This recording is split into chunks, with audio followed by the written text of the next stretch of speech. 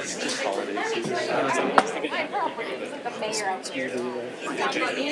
volunteers.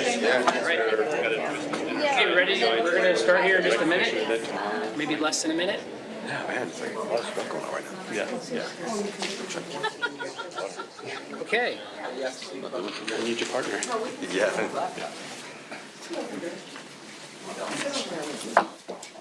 Okay, we'll start right at 4 o'clock, and Vice Mayor Daddario, will you lead us in the pledge?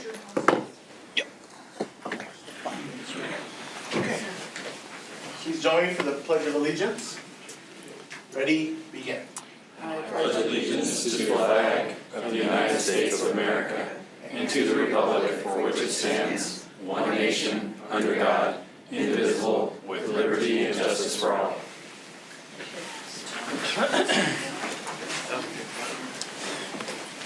All right, at this time, I'd like to call the meeting to order. Individuals wishing to address the City Council are requested to complete a speaker card and deliver that card to the City Clerk staff prior to the item being heard by the City Council. Please observe a 3-minute limit for communications, and once called upon to speak, we request that you state your name and city of residence for the records. So our first item is communications from the public. This portion of the agenda is intended for general public comment only on items that are within the council's jurisdiction that are not listed elsewhere on the agenda. Please note that state law prohibits the City Council from discussing or taking action on these items. Please observe a 3-minute limit for communications, and once called upon to speak, we request that you state your name and city of residence for the record. Ms. Edwards, are there any speaker cards for the communications from the public? Mayor, no, I did not receive any speaker cards. Great, thank you. All right, then we will jump right in. How to coexist with pigs, that seems to be a leader. Bob, take it away. Here we go. All right, thank you, Mayor, committee members. We were on the schedule a month ago, I believe, for the last committee, and so Joanne Zeraton-Webster, our support services manager, was scheduled to present. She is in class right now and joining us online, as well as the representative or a representative from the California Department of Fish and Wildlife. So they're here to assist with this presentation. As you know, this topic came to us, and the California Department of Fish and Wildlife provided a brief presentation to council in July. At that time, this is our usual. This is part of our procedure is pause, figure out why it's not working, and we move from there. Curse technicality, curse the technical. Well, at that time, council asked for us as staff to kind of evaluate what we can do for the city and for our community members. And so we are here today to basically present to you what we have been doing and seek your direction for a preferred course of action to deal with our either wild pig depredation within the city limits or other alternatives. So just give you a little background with the wild pig situation. So not only are wild pigs, feral pigs, a nuisance throughout the state of California, but this is a national issue. I'm sure for those of us that have been doing our research over the last couple of months, you are inundated with topics of wild pig issues, and for those people that are interested in helping resolve these issues. We've had issues here in Corona for over 70 years with wild pigs. They reside in various habitats, mostly for us down in the river bottom area, on our north end of the city. However, they do come from the chaparral areas on the foothills, and we've had them down in the center of our towns that kind of work their way through the culverts and drainage areas. So they are kind of sporadic, but most of this discussion will focus on the residential concerns on the north end of the city. The pigs are omnivores. They eat just about anything, and they use their snouts to root up the ground for grub, really, the little worms that are in our lawns and grass and soil. So, and they are active at all times. One thing I do want to mention too is during the last year, the city of Corona has received 4 14 calls for service regarding wild pigs. In 2020, it was a little less of an issue for whatever reason. There were 3 calls. And then in 2019, for a 6-month period from July to December is what we were able to pull those numbers, was 11 for 2019. In 2021, we've had 5 calls where our animal control, our animal services team has had to respond to pig sightings or dead pigs. And those pigs died through various causes. You know, they're on the side of a road and we can speculate, but only 1 was shot, and that was because it was injured and our officer had to euthanize it. So that kind of gives you a little bit of information about the activity from the police side or from our animal services side. It could be potentially because we are doing a lot more outreach now than we have been before.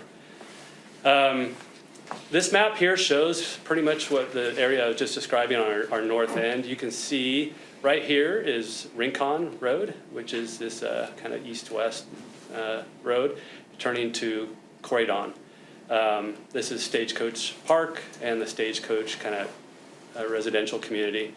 A lot of our complaints and issues are coming from the residents in this area affected by the pigs. The purple, what shows you, or I guess we'll call it purple, this is our flood region.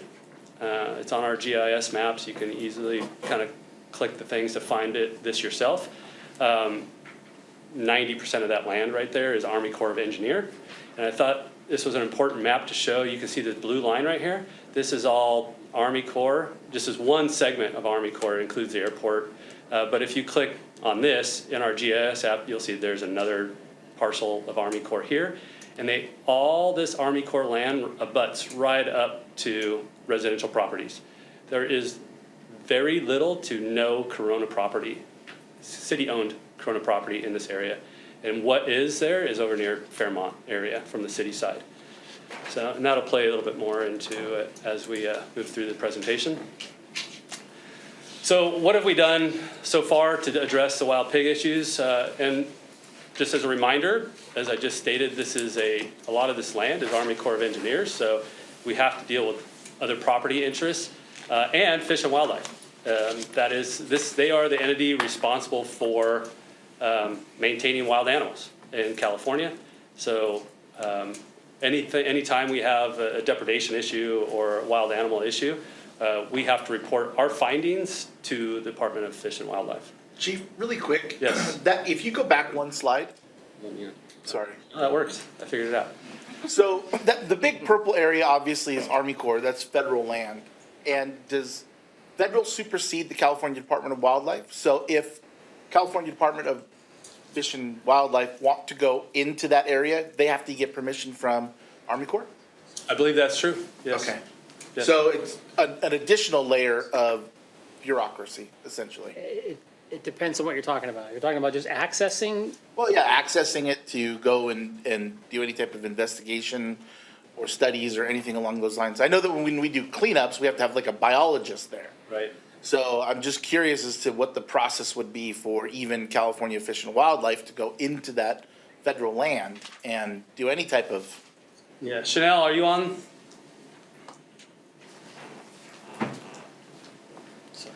Hold on 1 second. We see you're talking. Hold on 1 second. Miss Davis, are you there?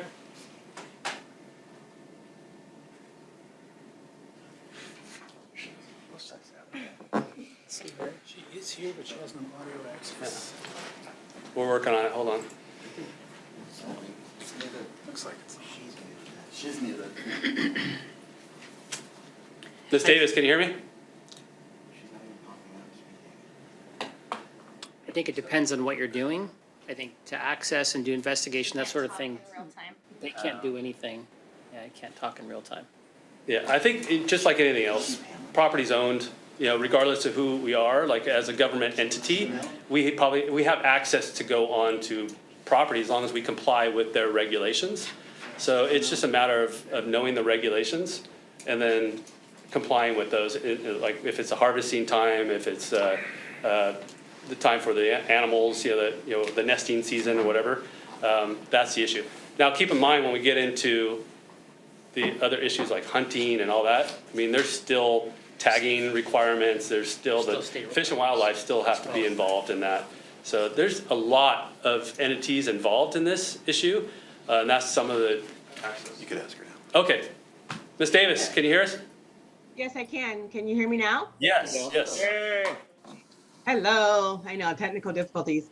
In regards to the question of can we enter Army Corps land, we can with their permission. Typically, our game wardens who do not have, they don't have any restriction on them, they can enter any property based on what they're investigating. I would have to get permission from the feds to go onto their property if I am doing any type of research or investigation. Okay, thank you. Does that answer your question? Yeah, thank you.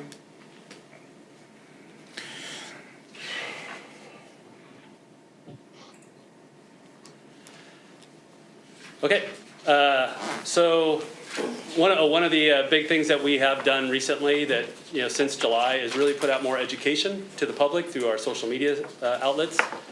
And so we will continue to do that. So as we discuss the options that we're presenting to you today, we'll begin with the education and advice information. That's really what we're doing currently. It's our status quo kind of option where we provide advice to prevent kind of issues with the pigs or other wildlife, and to work with other entities to kind of problem solve as we move along.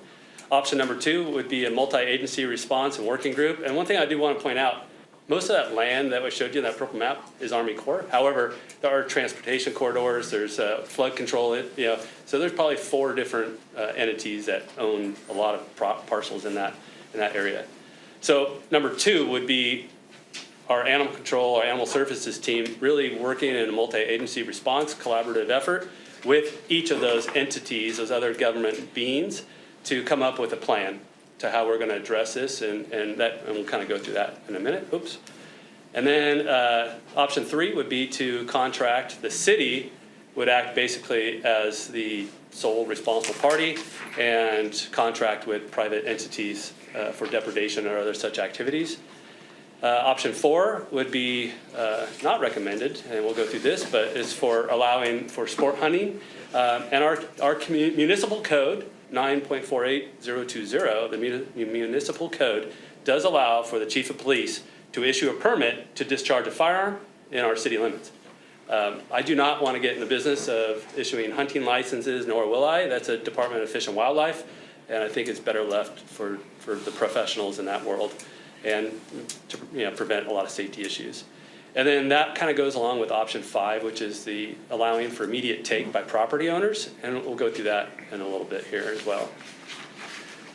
So option 1, kind of went through this. We're doing a lot of social media do's and don'ts with regards to, as well as I know our council is doing the same, really kind of getting out there to the community to communicate how to resolve or lessen some impact. So everybody knows this is not just a community issue, it affects our parks as well. The pigs are destroying, our local parks just as much as our neighborhoods. Option number 2 is a multi-agency working group, and this is really where we're seeking that collaborative effort with these entities.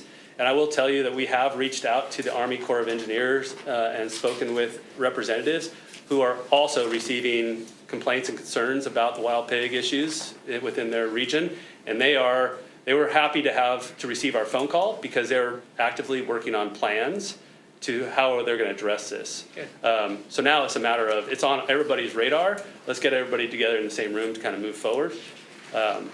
So that is something that we're very interested in pursuing. The city contract with the private sector, as I stated, this is where the onus is on the city for us to receive property rights from these other entities out there to go on to their property, to set traps, or to do whatever type of depredation techniques we choose to do at that time.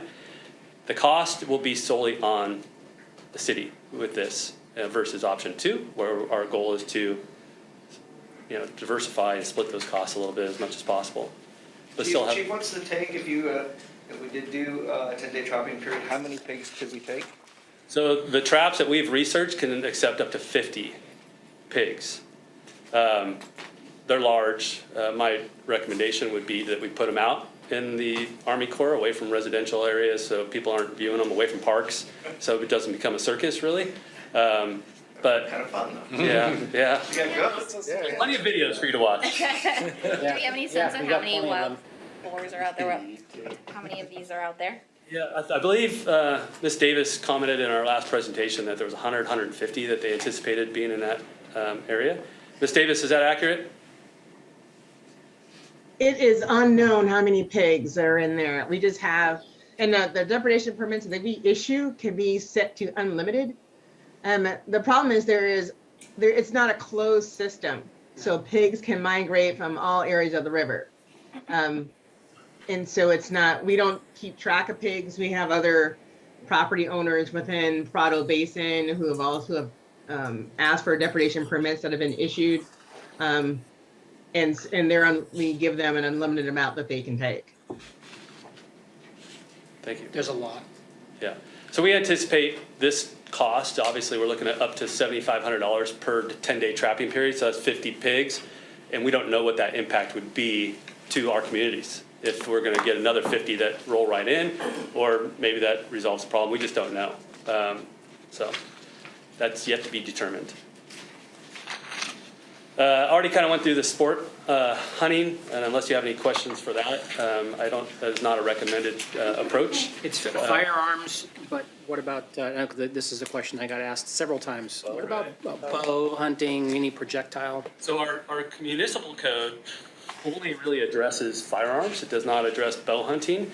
Any type of hunting like that with a bow would need to go through the Fish and Wildlife to obtain a tag, a permit. Then they would have to obtain permission from the landowner to go out there and hunt on their land. So that part necessarily wouldn't be with us. We could look at amending our CMC to include bow hunting on there. But like I said, That's a terrible idea. yeah. I'm just saying, because I'm not saying as an idea, I'm saying is that the question got asked, is it against the law to discharge a bow? And Chief is telling me not, so maybe there's something that we should. So we're talking about, so the penal code Right. does address the discharge of unauthorized weapons, right?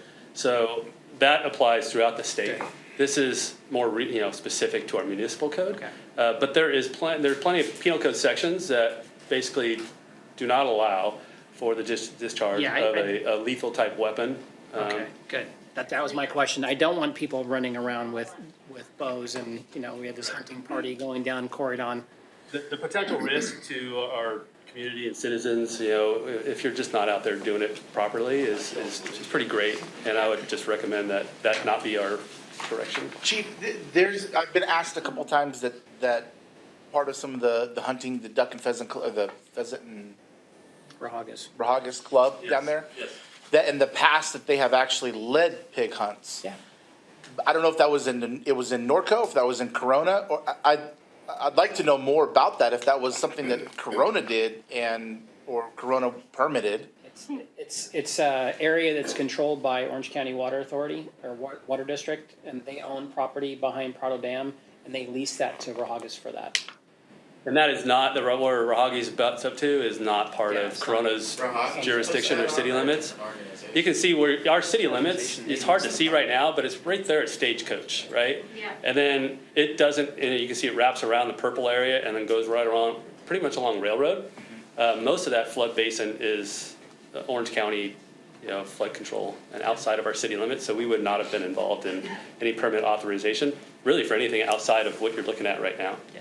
Okay, so if they want to do pig hunts, that's not our deal. We're not stopping them.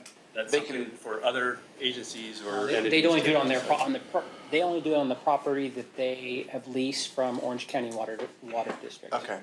They still do it. Speaking Yeah. of Orange County, Chief, would they be part of this coalition? Yes. Okay. Yes.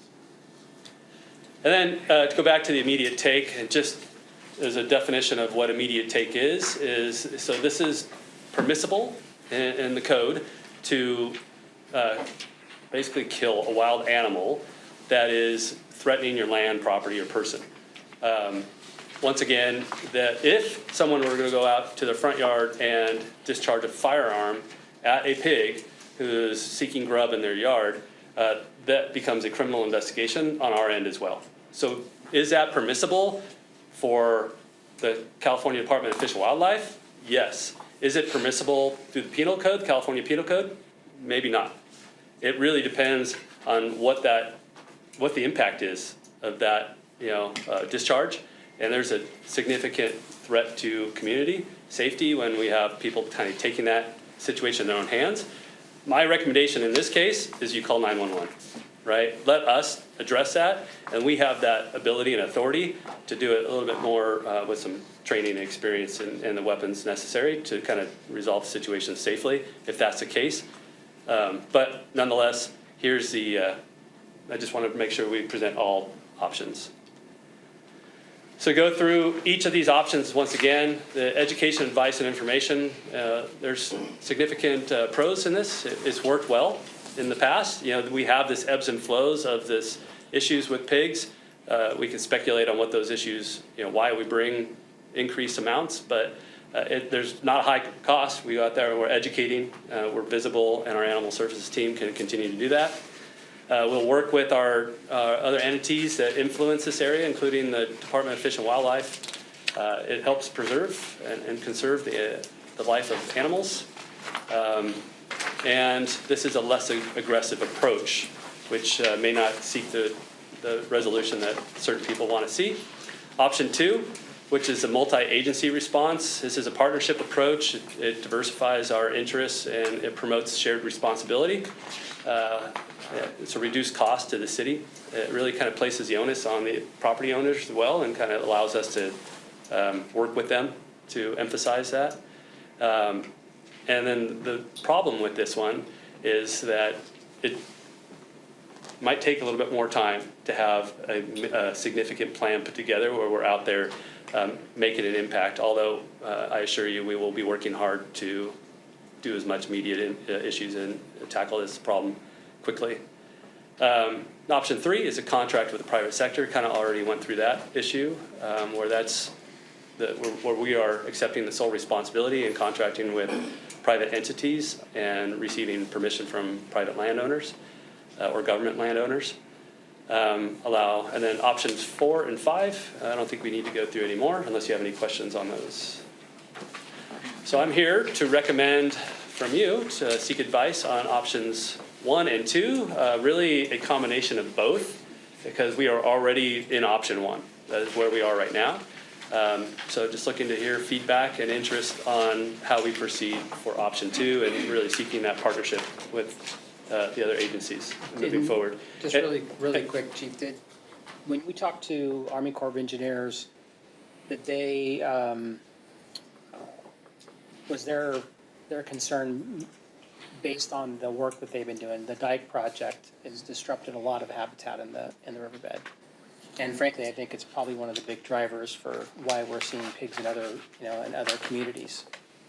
We did ask, and they didn't have yes, wasn't their answer. It was, we don't know, but we are working towards figuring it out. They're developing plan of action, and we're going to get involved in that plan of action so we can move forward regardless of what that issue is.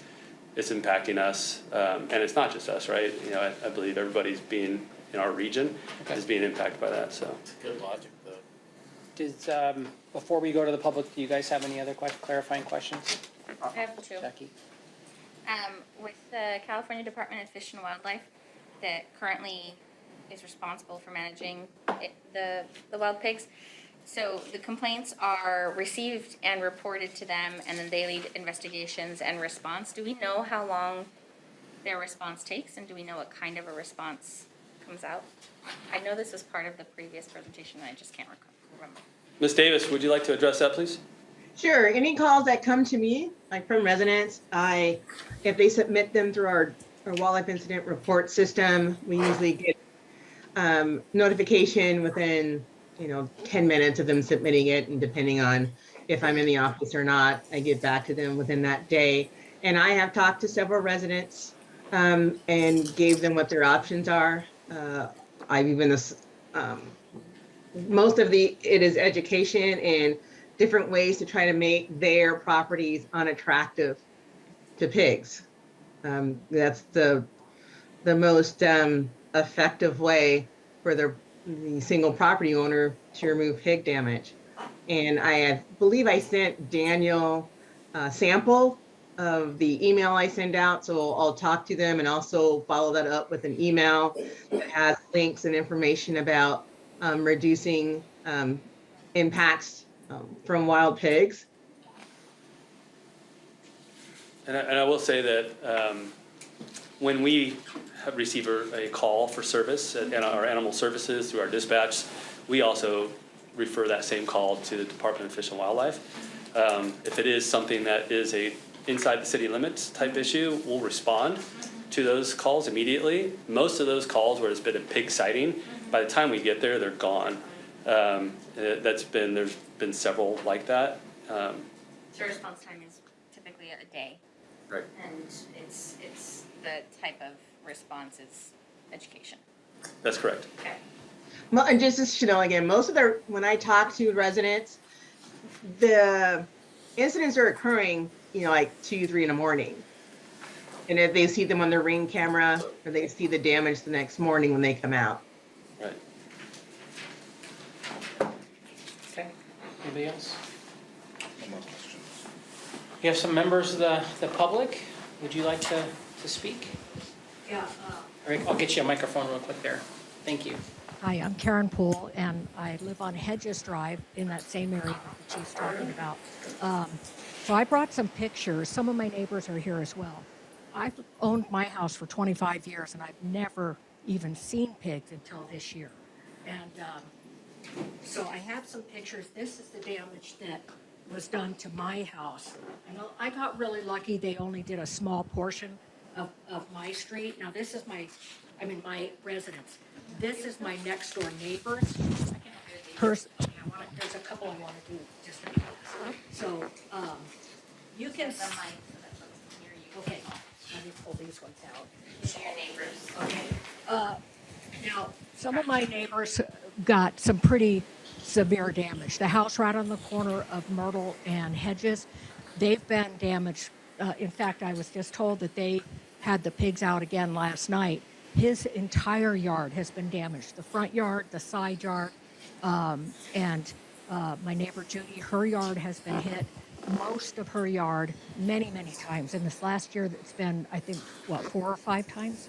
Last year? In this past, yeah. 2 major times. And they had just finished, fixing it up from the prior time when they hit again this time. This was in, I think, November 19th was the date. But they're doing a lot of damage. And besides just the damage that they're doing to our property, there was 2 different people in the neighborhood that were leaving for work at that time. And, there's a threat of danger to those people. One of them shined his bright lights at one of the pigs and it squealed and ran away. But the other ones, that time in November, one of the neighbors said there were 16 pigs in that group. That's a lot of pigs, and those pigs are big. And, if they feel like they're threatened, they're going to come after you. And not to mention, I did contact the Fish and Wildlife. They sent me a lot of information on it, and that's basically all they can do. But one of the other things we're concerned about is the fact that these pigs also carry diseases that are very contagious, like salmonella. There were some worms. There were 3 different diseases that they carry. So, our concern is, can our animals catch that? Can we get it from the dirt that they've been digging in? And like I said, I've lived there. I bought my house 25 years ago. Never saw any pigs until now. And on the Fish and Wildlife website, they did have some information on there that pigs can reproduce all year long, and they can reproduce 3 times a year, and they can double the size of their herd in 4 months' time. So if you took an amount of 100 pigs, which I'm guessing there's at least that in that whole river basin area, there's probably more than that. But if you took 100 pigs, in a matter of 2 short years, they could multiply to 6,400 pigs.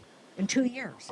That's crazy. Now, some of them are going to die in between because they just do, but, that's a lot of pigs. And I'm thinking that plus the construction work that's gone on with the dike is probably what's causing them to come into the neighborhoods because they don't have enough food to go around for all of these pigs. And it's probably mating season. So one of the suggestions that I have, this is just particular to our neighborhood. Now, this first picture I'm going to send around, this is the area that they've come up. There's a gate, but there's also some landscaping that they can come up there. This gate does not stop them from coming in any way, shape, or form. They can either go under the gate or they come up through the hill that's about halfway down from that. So now that's on the Myrtle side. And then on Bedoin, they have these entrances, and I don't know if these are fire roads or what, but it's the old Corona National Golf Course. And on the Bedoin side, yeah, there's the first one is the gate, and then you'll see the rest of it, there's fencing there. And so one of the solutions I had, especially for our neighborhood, would be to put up that type of fencing and then a gate, and that would keep them entirely out of our neighborhood. And that's an inexpensive thing. I believe that's on the city easeway that is located at, and that would keep them from our neighborhood. That's a solution for just our particular neighborhood, but they've been there 4 or 5 times already just in this past year. And, they've caused a lot of damage. I don't want to see anybody get hurt. Somebody in the neighborhood was saying that a kid was on a bike and saw one and thought it was cute and went up and, the pig jumped at him. So I don't know how true that is because I didn't talk to the person themselves, but, there's a potential. People think, oh, this is a little porky pig and they can get hurt. And, that could be a really serious thing. And also driving down Corydon and Rincon, we see them running across the street. People have hit them with cars. There was one I was told about that was a motorcycle driver that hit one and he was severely injured. The pig was killed. But it is a real danger in our area. I'm glad that the city's looking into it. Now, none of us in our neighborhood have heard any of this public information other than we went seeking it this last month. We didn't hear anything. My neighbors called animal control. They were told they couldn't address it. So you guys had that information, but nobody in the public is hearing it. So I don't know if there's something that could go out in the water bill or flyers to go out. I don't know how it could get out there to be, maybe even just something in the water bill that says, hey, look on our website and this is where you can find the information. And animal control also knowing, hey, tell these people to contact Fish and Wildlife. Because when they called animal control, they just said, too bad, so sad, we can't do anything with it. They're wild animals and we don't deal with that. I'm sure that's not their wording, but, pretty much. And so my neighbors have all felt very frustrated because they felt like nobody's paying attention. And, you own a house in a fairly nice neighborhood and you're having issues like this and then to feel like nobody's listening, which is what we have felt like. And like I said, I found out about it just because I started doing research and stuff, but it is very frustrating. And we hope that the city can either come up with a multi-agency discipline or, put up the fences. And I don't want to speak and just say, just fix ours, but maybe there's other neighborhoods that a fence along that area that they're coming in, maybe that could help that too. And, eliminate the problem. That's a fairly easy solution in our neighborhood. Okay, thank you, ma'am. Is there anybody else that wanted to speak? My name is Gardner. Live in Corona. Our house is on the corner of Wheaton and Myrtle. Yeah. So our house, like one of the first that got hit. And they have been coming out like 4 in the morning, like you said. But there was one night they came out about 8 o'clock. My daughter was walking with the dog. Called me, Dad, I can't get home. I got the pigs. I go walking down the sidewalk, and there was a pig at one of the corners there. As I was approaching my daughter, pig started charging at me. I got out of the way, obviously, and it went. But the point is, they're coming out earlier and earlier because they want the food.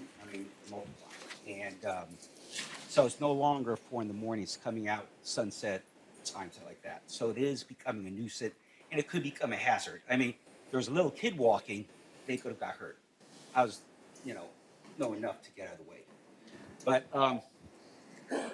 was thinking about one of your recommendations on the hunting. You definitely don't want sport with people running around. But with Wrcog's, if they had bow and arrow, I spent 30 years in the SEAL teams, and I ran a lot of military operations. Not that I'm volunteering to do that, but if you set it up properly with safety people and a group of people, you set the range of fire where it's not towards the houses, where it's towards the open area, and it's a controlled situation, and you do it right, it could be very safe, and they could go in, kill the pigs, and no one could get hurt. But you gotta have the right people, safety, say, hey, this is the area of fire. We just fired this area where there's no houses, no people, all the safety observers there, and have it in a controlled environment, and they could be taken care of. And if they've already been doing it, Wrcog's, it sounds like from what the police chief said, they have been. Having the right group of people under the right control would be the way to do it. Not to have every person with a bow running out there because you're gonna get someone shot. It has to be controlled. So that would be a possible solution. I don't know if you guys looked at that, but it would have to be right people under the right control of leadership in that. So. Thank you, Mr. Gardner. Yep.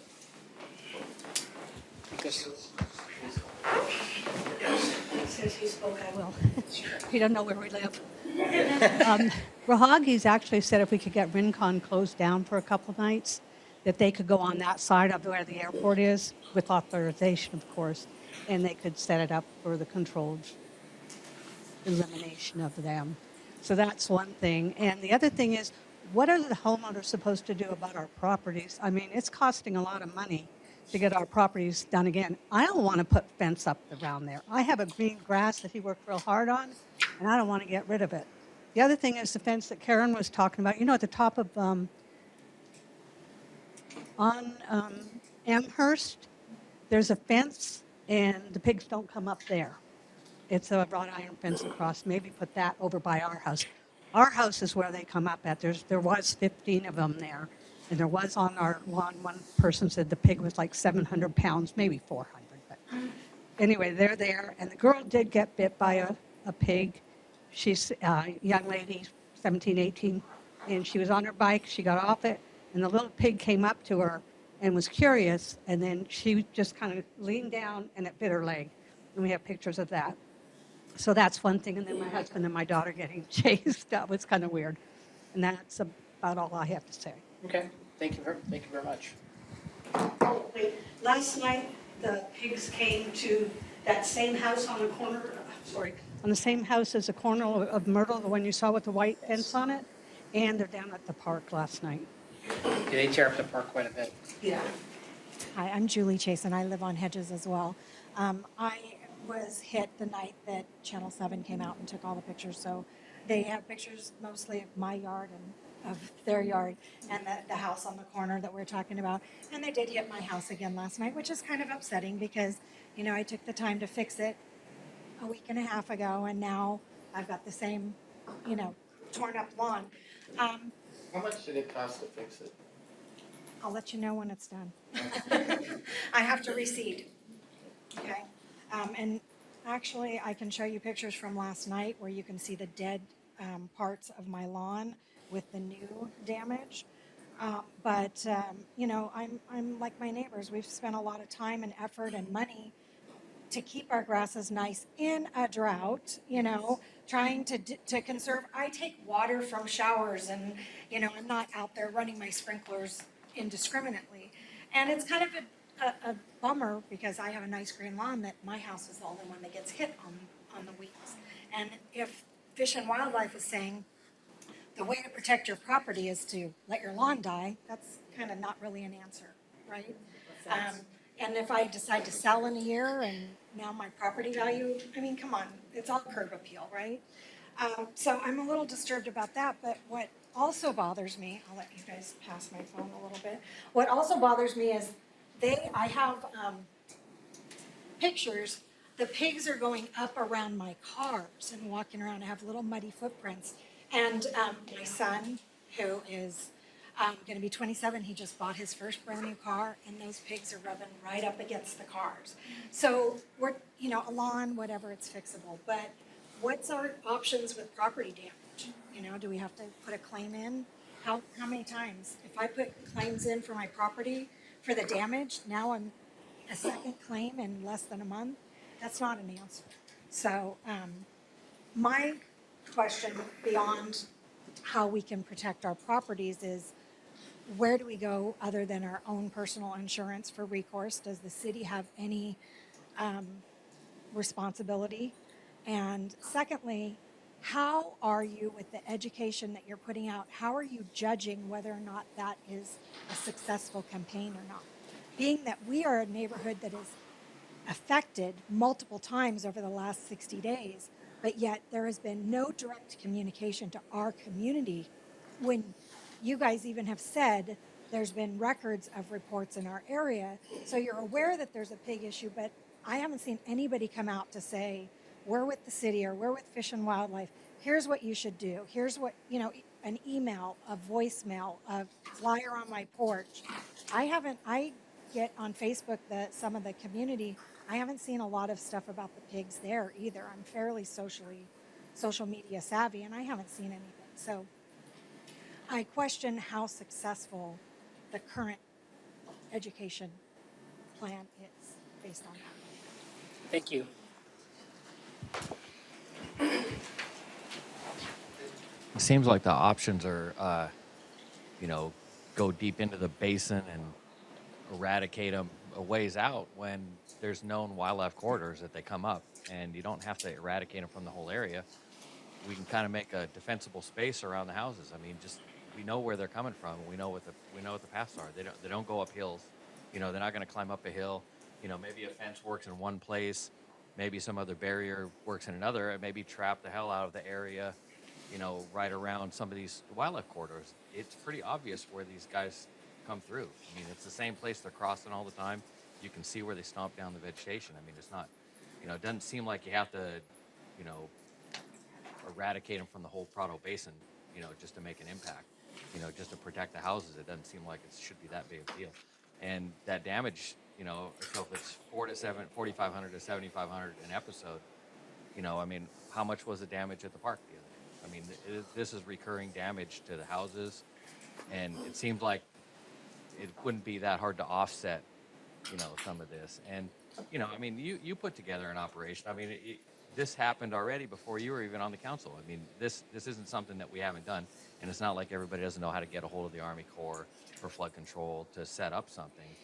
This isn't insurmountable, I mean, it seems like we should be able to do something about this instead of just letting it go or saying, well, we'll come up with a plan. We'll plan to come up with a plan. So, thank you very much.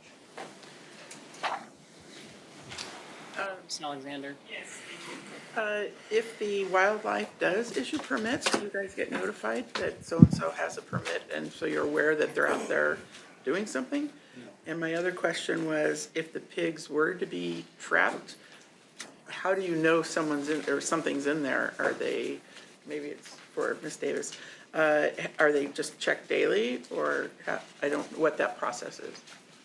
I know the trap companies that we've spoken with, it's their responsibility that we basically contract with them to ensure their traps are successful and the depredation occurs. They would have to then contact the Department of Fish and Wildlife for their tags, for their processing through that. So it would kind of relieve us of that maintenance. It's just us kind of working with that trap entity, the private company, and then obtaining the permission from all the property sources that we want to place the traps on. Just as a reminder, that we don't have City of Corona property there that a trap would be successful with. So it would be working with those other entities, and we would be accepting that responsibility instead of working with these groups as a group to do it together, Just wondering if there was different traps. Are they squealing? Is it a noise complaint? Oh, I'm sure that's going to be. They make a lot of noise. Yeah. Does anybody have any, before we go to recommendations, does anybody have any additional questions? It was mentioned that the other agencies are already in the planning phase, so it's like getting in at the right time. Right. Do we know where they are in the planning phase, and do they have any preliminary ideas of next steps?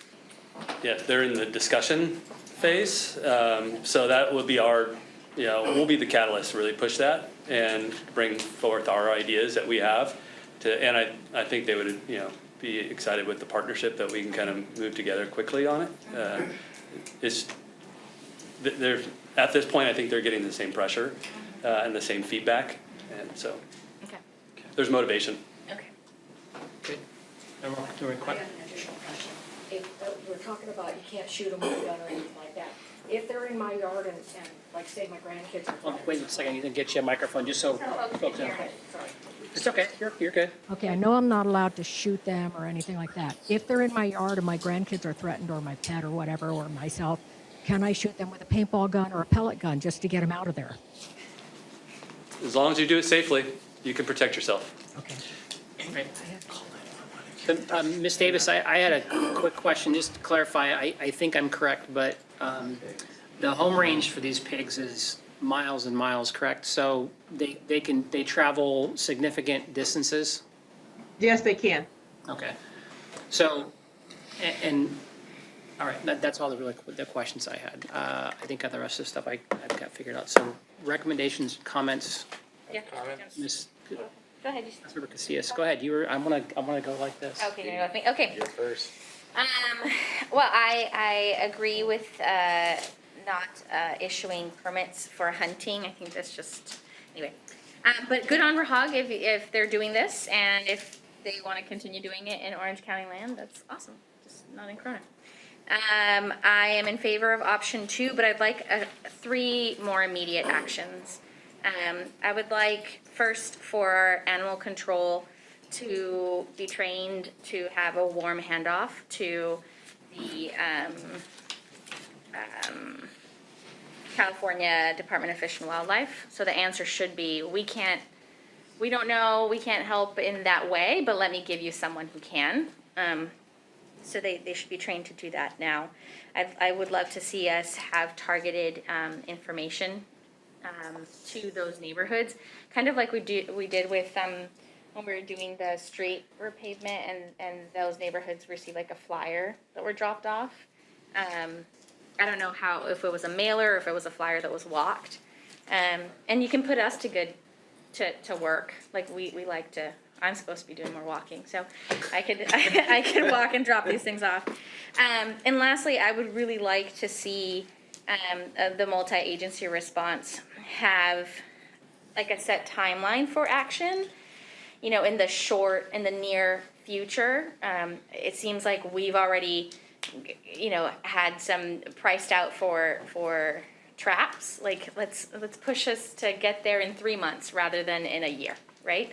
So those, I'm option 2 with those 3 caveats. Thank you. Councilmember Richens. I'm supposed to do more walking as well. Let's go walking together. So Yeah. we'll do a little council We'll do walk it. to District 2. Don't worry, we'll take care of it for you. We got this. I want to thank you guys for coming out. I love when citizens participate, and I get that you're frustrated, and actually for frustrated citizens you're really nice. So. Except for Joe. I'm a big fan of option 1. I think Channel 7 has helped out with option 1, and rightfully so.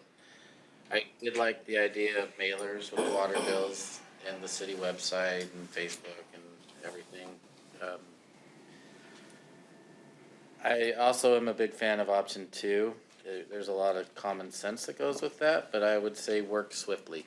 And for the reason that when your yard gets tore up and you pop 1,000 into that, it's going to keep getting tore up until this problem is solved. So if we work swiftly, that will help these guys out. I would suggest in your interagency, multi-agency, that migration patterns are studied. And I would suggest cattle guards as a possibility. They work in the Midwest. They use them all the time, and maybe it's something that Canada. They walk, they go wherever they want. Oh, well, see, Wes knows. You can walk with. Sometimes. You can walk with Jackie and I. I'll walk. And another thing that we've used in other areas of our business is they've come out with motion sensor sprinklers now. But maybe that's something you guys could use because those things blast, man. We use them for theft protection. Neighbors like those when they walk by. Well, aim them at your lawn. Yeah. And if you get one, maybe they go running off. We'll have, it'll wash the paintballs off of them, right?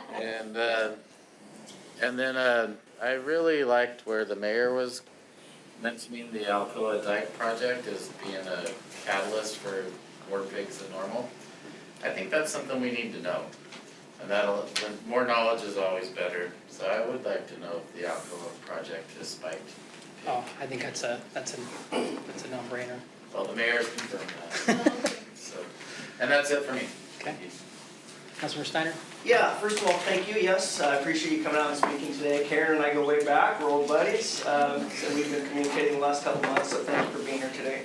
I think supporting options 1 and 2 is a no-brainer, but I also think a no-brainer for immediate relief is to see if we can't bring some improvements to the gates in that area, the fences. And I am also a fan. Let's try out a permit. Let's see if we can go get 50 pigs real quick to minimize what's going on in your neighborhood. It's got to help some, even if there's 1,000 pigs. If we get 50 in your neighborhood, moved out of there right away, great. And that'll also kind of be, I think it'll show Fish and Game, Fish and Wildlife that, I mean, we got 50 pigs in 24 hours. Okay, we got a pretty big issue. If it took 10 days to get 30 pigs, okay, that changes the direction maybe that we would go. But I think the cost is minimal to bring some immediate relief while we work on the long-term problem with all the different entities. Those are my thoughts. Thank you, sir. Issue a license or issue the trapping? Do the Are you talking about? trapping period. Okay, Trapping okay. I period was like, to let the pros go down there and wipe out Okay. 50 of them I see what real you're saying. quick. Vice Mayor? Yeah, so, thank you all for coming down. I didn't even think about those gates. That's a great idea, which is why more heads are better than one. I've been down those roads with, our tree warden and, through those gates, and they're walkways essentially, right? But in some other areas of that neighborhood, it's a much more steep embankment.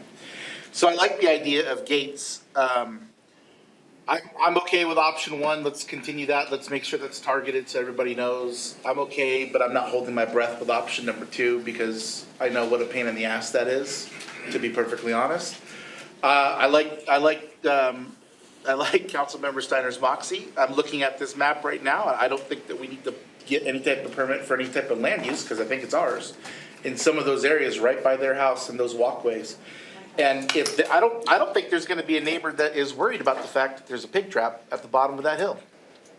That's, The calls are full. I'll do. You know, actually, the bottom of the hill is our house, and then there's 6 houses on Wheaton, yeah, and then there's hedges.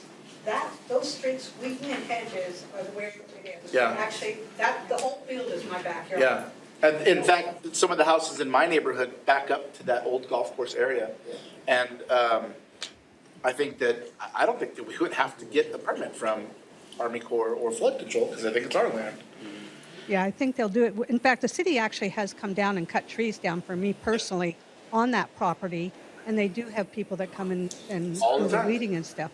So, I mean, it's able, but all those people that are getting damaged yards, we want you down there and we'll have a pig trap there. Yeah, I think that we need to verify, but I don't think that we need to I don't think that we need to get permission. Before we get too far down there, you don't want to have a pig trap by your house because you have to habituate them to the area, and more will come back, the ones that you don't trap. So it's better to have in an area that's away from your homes to draw them away. So when they come back, because they have a memory, you won't catch them all. Like if you put a trap out, you're gonna miss a few. Well, that's what they were talking about on the other side of the Yeah, and that's why the chief was saying you want to do it, kind of The out land, and away. also if I can interject here, the land in that community is, I believe, is HOA land as well. We have Okay. none in ours. There's no HOA. None in that area. So It's the old Corona golf. I think Right. that none of us are Yeah, pig yeah. catching experts, but we've talked to pig catching experts. Wes, sorry, you're not a pig catching expert. Talked to a lot of them. But I would like to hear from a pig catching expert that we could potentially, not here, but I would like for them to explain where they think the best areas for traps are. One more item to include in this is these are not trap and relocate programs. Yeah. These are trap and kill. I'm okay with that. And so when you put a trap like that in a community, you might have a few that are definitely against these pigs being there. But then we're also going to have the other side right now that are not here that are going to show some interest in us having that type of exhibition in public. And I can tell you from personal experience of trapping other animals that end up being euthanized, there are people that let them out. I strongly discourage So, the public. so that would not be a good thing. Here's the thing that this last year has taught me is that you're not gonna please everybody. And if it's for the greater good that we get 50 pigs out of there right away, and we up our communication. I think I agree with you that there's an option for us to talk to the people that are the experts. Yeah, absolutely. The gentleman in the corner here came in a little Yeah, late. I'm sorry, I came in late. My name is Tim. I live on the corner. I'm not sure if you saw pictures Can you use of the the mic so house. folks that are watching can hear you? Oh, yeah, sure. Thank you. I live on the corner of Hedges, and I'm not sure if you saw the pictures of the house. We did. Yeah, you were there last night. Yeah. They were there again last night. I tried to wait up for them. Sneaky. They are. They're very intelligent. They're very big. I don't know if you saw pictures of them, my videos, I could show you of these things. The big ones are big, 300 pounders. And those aren't the biggest ones that we've seen. I've seen 400 pounders down there as well.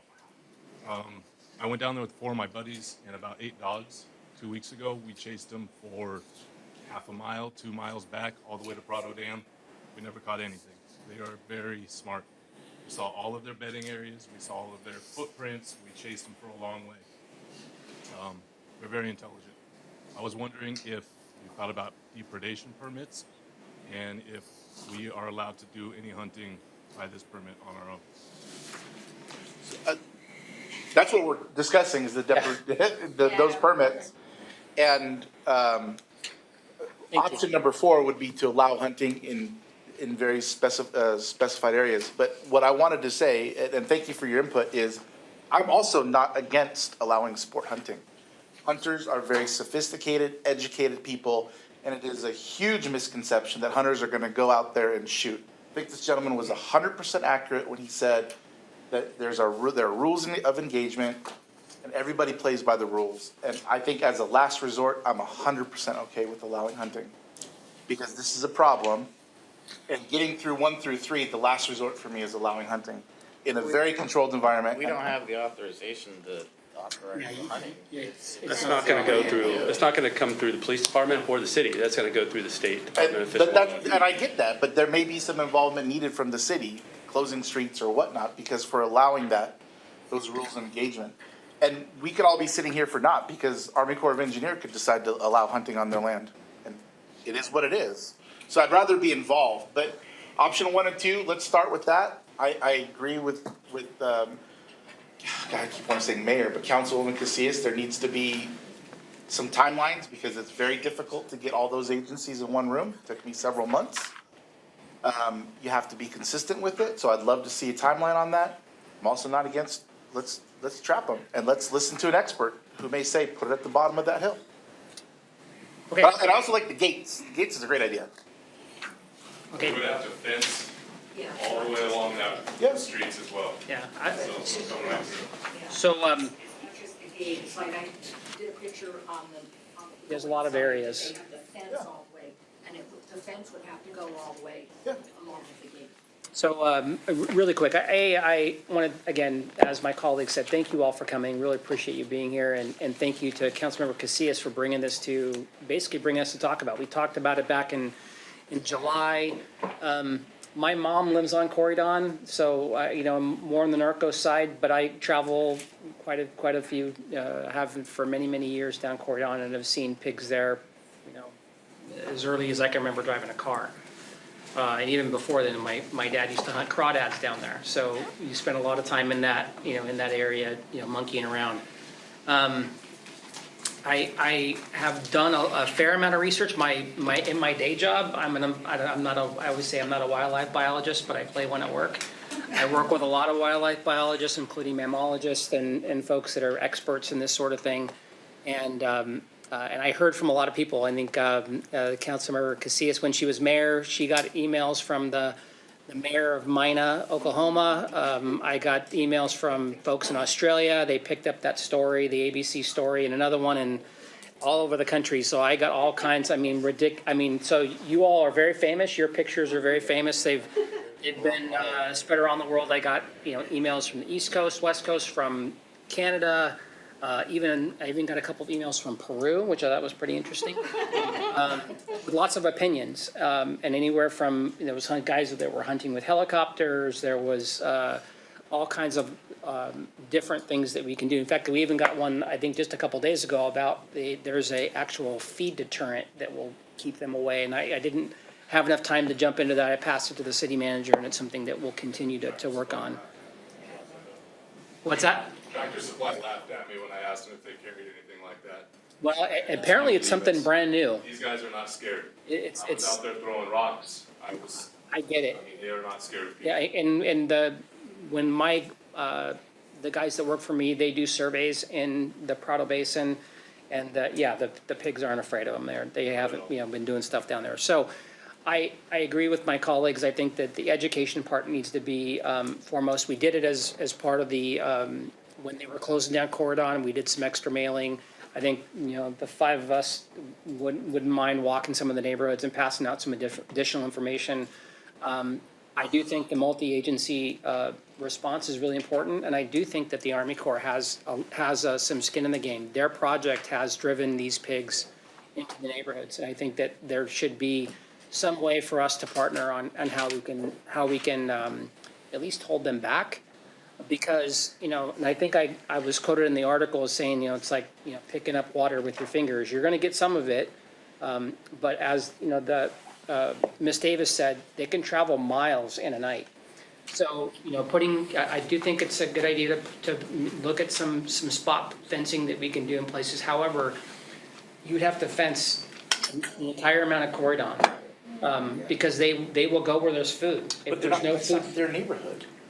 I know, but I'm saying, they'll get up there, they'll go that way, they will go to where there's food at. Yeah. So I do think that there's maybe some places, and I think even some of the pictures you showed me, if you put a little bit of a gate underneath, they can walk around them. They'll push through gates. They're very aggressive. They will push. They will push through things. There's so I do think I like 1 and 2 for sure. I do think that we should look into doing at least one trapping, and see the effectiveness, and let the expert decide on where the best place to be. And again, we would have to coordinate. At least my understanding is that if we do at least one, you're at least going to buy them some time. But however, I can tell you that the odds of a consistent trapping program being done by anyone that's going to keep them permanently out of your neighborhoods is impossible. And I hate to say that, because I do think that there's, they reproduce very fast.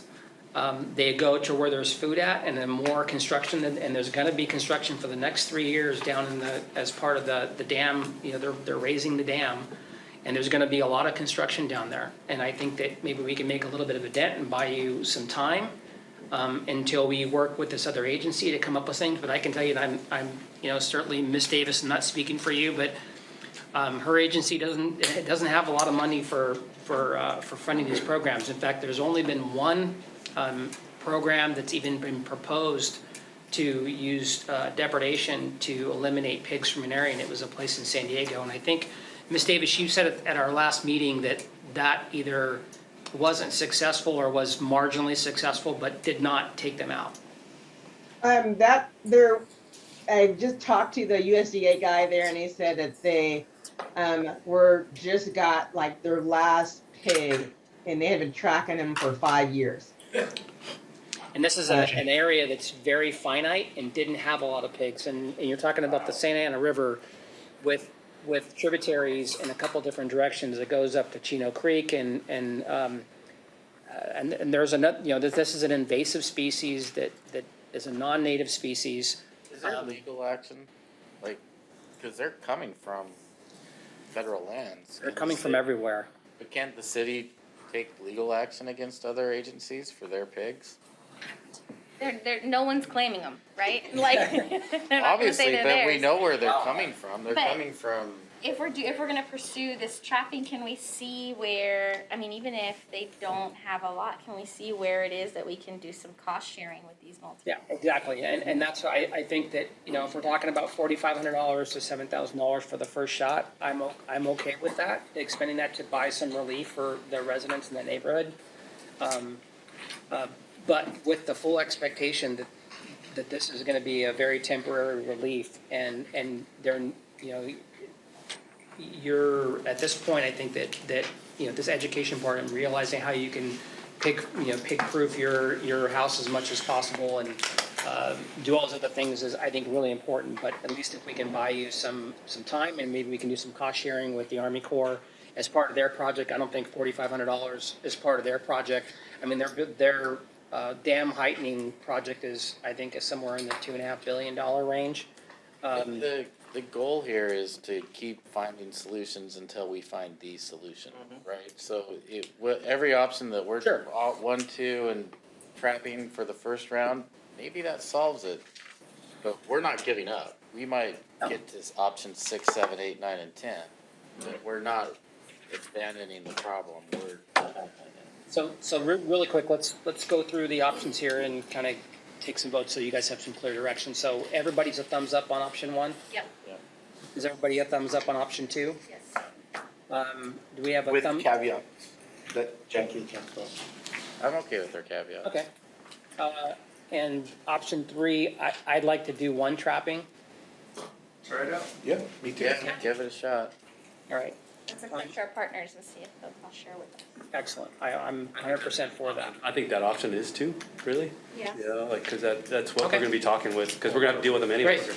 Okay. Perfect. And maybe they can eventually put the gate up while we just fix it, or they can put the fence up while we just do some gate work. Okay, and then option 4, I'm not for. I'm 100% option 4. Okay. Not Well, yet. it's Not yet. Not yet. future possibility. All right, so that's a no right now. And then a 5, frankly, that's an option that's already there already, right? I mean, you have the right to do that now. Feel your own risk. A question on that, if somebody uses an arrow and gets the pig on their property, do we have to pay for the removal of that pig carcass? Or can we get assistance from the city? It is private property. It is private property, so we'll work with you. It costs about $200 to, it does have to be reported to the Fish and Wildlife, and it costs about $200 to have that pig removed. So just call us and we'll work with you. Okay. Great. So now, is it good? You got it. Okay, Good. all right. Thank you. Thank you all very much. Move on to the next item. Thanks, guys. Thank you very much for coming in. We have Regional Housing Trust update from Wrcog. I didn't ask the question, but can you Thanks for coming barbecue in. these things? Nice to meet you. It probably tastes like carp. No, they have a lot of diseases in them. Bad. Yeah. Potential for a lot of diseases. We don't want to eat them. No idea. Yeah. Well, I mean, Hasn't all of crossed my them. mind yet, so I haven't looked into that deep. Well, I know it's slow, they would. I'll pipe in on that eating though. There you go. It's just, they're wild pigs. I mean, hunters do hunt them and they eat them. It's all about preparation, just like any other wild meat as far as how it's prepared. They're eating some great stuff. They might taste actually pretty good. We've tried to donate them in the past. Well, thanks. Bring But, samples next time. yeah. Call Booty People do eat them. Barbecue. Thank you, Ms. Davis. If McCoy's listening. Okay. Great. Let's see. So we are going to hear about the Regional Housing Trust update from Wrcog. We have Chris Gray. Thank you so much for being here. I don't know how I can top feral pigs. That's okay. We're not talking about that anymore. One thing I wanted to just start off by saying, Wrcog does a lot of things in the region, but one of the values we provide is essentially there are times when we act as an R&D shop. So we take ideas, we vet them. We don't necessarily vet them with an idea towards, are we the one starting them, or are we the one operating them? But we were asked to look at the idea of housing trust. And the reason why is, as many of you know, the demise of redevelopment has had longstanding impacts on the fiscal health of our cities, as well as the ability to deliver projects. And clearly, one of the areas our region struggles with is housing. And housing, not just affordable housing, but housing for everyone. And one of the things that has happened is there is intense competition for grant funding, tax credit funding for affordable housing, such that there is a significant backlog of approved projects within our region that lack the funding to move forward.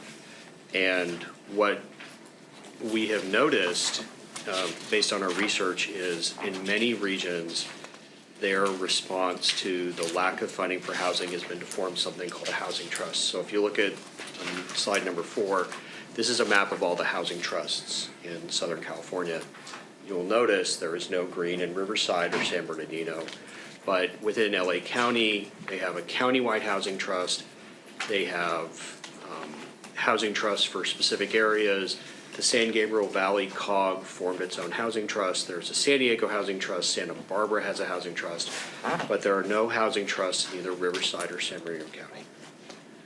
So as part of this research we did, we were really posed, the question was posed to us, should there be a housing trust in the Wrcog region? So we talked to stakeholders, we talked to city managers, we talked to our Wrcog committees, which include planning directors, public works directors, city managers, and elected officials, and generally found that people liked the idea of a housing trust. So we approached Assemblymember Kelly Sciardo, who was newly elected to the Assembly, and asked him if he would create a bill that would allow the region to form a housing trust. We were successful. The legislation was passed. So what this means is if there are entities within the region that wish to form a housing trust, they are able to do so. So what we want to be clear is the legislation allows the housing trust, doesn't require one, nor does it dictate who would run a housing trust and how a housing trust would be managed or overseen. So we have been able to obtain funding from the state to essentially research a housing trust, which we've done. We have funding to organize the housing trust. At this point, we have no funding, though there is funding on the horizon we may be able to access if we form a housing trust. One of the, to be very frank with you, we have essentially not worked on this over the past 6 months for a couple of reasons. One of the main reasons is Wrcog is a new executive director. Wrcog is also doing a strategic plan, which Councilmember Casillas sat through at 5 or so hours of that. Thank you very much. And what we heard from our members, what we've heard from our members repeatedly, is their desire to bring more funding to the region. And a housing trust does that. So once the Wrcog strategic plan is completed, we plan on bringing back the issue of a housing trust with a focus of should the region form a housing trust and how is the best way to organize a housing trust, manage a housing trust. There is no expectation Wrcog would run a housing trust, so we're not doing this in a self-serving way. We think the region would benefit from one, but there is some work to be done. So what I wanted to say is this is a very brief presentation, and I would love to come back to you later next year to tell you how this work on this housing trust is progressing. Great. That's fantastic. Chris, I just have a clarifying question. Have you heard of this group, Inland Equity Community Land Trust? Yes, we have. So as part of our outreach, we talked to affordable housing developers. What I wanted to say is a housing trust and a land trust is a little different. If you're not familiar with a land trust, what they will do is buy land and hold that land sometimes in perpetuity. And then if a home is built on that land, they will essentially lease that land to a homeowner over a 99-year period. So it's a way to bring down the cost of land. Land trusts are also a way to preserve historic land. So for example, there are some communities on the East Coast where land trusts have bought larger developed areas, and it's a way to keep essentially the historic district of a community. So land trusts and housing trusts are different. They operate differently, but they all work towards this goal of creating housing that everyone can afford. Thank you. Great. Is this only for affordable housing? No, housing trusts can build market rate housing. They can offer, so let me go back to the map. I want to talk about the diversity of programs. So for example, this is one I'm familiar with. The LA County Skid Row Affordable Housing Trust provides homelessness services. There are other housing trusts, for example, the Orange County Housing Trust just gave $5 million to 3 affordable housing projects. There are others that are focused on things like down payment assistance. There are others that are focused on more what I would call workforce housing. So part of the housing trust discussion should be, what is your focus? Do you want to provide services? Do you want to focus only on affordable housing? Do you want to focus on market rate housing? What I can tell you is when we talked to all the cities in the Wrcog region, what we found was a very diverse set of opinions. Some cities, maybe they're struggling a little bit more with homelessness. They were more interested in the service aspect. There were others that were more focused on what I'd say is we hear a lot about what we call workforce housing. And there were some that were like, no, we want to do market rate housing. So that's it. That's really, it's up to, if a housing trust is formed and it's really up to the region to come together and decide what their focus is, because all of those could be covered. So it sounds to me like the thought process is to form the trust and then have all the different cities in the region determine how the trust should be utilized in their own city or just in totality? I would say, to me, what makes sense is to agree to form a trust, decide what the focus of the trust is, and then go through the effort to, create the organization of the trust. To me, that's what would make sense. Does the senator's bill have a defined boundary? It would be it's all of Riverside County except Coachella Valley. Okay, so, Is the potential boundary. okay. Do they, Go ahead, Tom. do they chase grants? Do they go after that? Yes, so when we look at some of the long-standing, so for example, the housing trusts in LA are some of the ones that have been around the longest time. They have very active grant writing capacities. What's nice about a housing trust is it raises public sector and private sector funds. So for example, the Orange County Housing Trust got a $5 million donation from Disney. So it wasn't government money, and what's nice about housing trusts is essentially they're able to commingle funds. So they take public sector funds, they take private sector funds. What you're aware of, one of the issues with public funds is they often have requirements. You can only spend it on X. And so a housing trust has the ability to bring those funds together. What provides oversight is all trusts have a governing board. So for example, the Orange County Housing Trust has a governing board composed of county supervisors, the sheriff, other elected officials who are appointed to the trust. That's how the San Gabriel Valley Housing Trust is organized as well. So it's elected officials such as yourself. So for example, hypothetically, there's a Riverside County Housing Trust, City of Corona is a member. You would designate one of your, the most likely governance structure, you would designate one of your members to serve on that board who would make the decisions how funds are allocated. Okay. Why would you not want a housing trust? What are the negatives to it? So the negatives are, what we've heard is some people are like, it's another level of government. It's, sometimes in some communities, there's a thought, why do we need to have another agency doing that when there's already agencies doing that? So there's a county housing authority, there are a variety of nonprofits. The housing space is very difficult and complicated. So what I think the pushback on the housing trust is, people will say we're already doing that. So we're not actually securing those funds. No, we are not. Another con that you'll hear is this housing trust covers this entire area. When are you going to do something in my community? The competitiveness that can happen within a housing trust. Well, you It already said opens up that. opportunities that we currently Don't really have or pursuing. Yeah.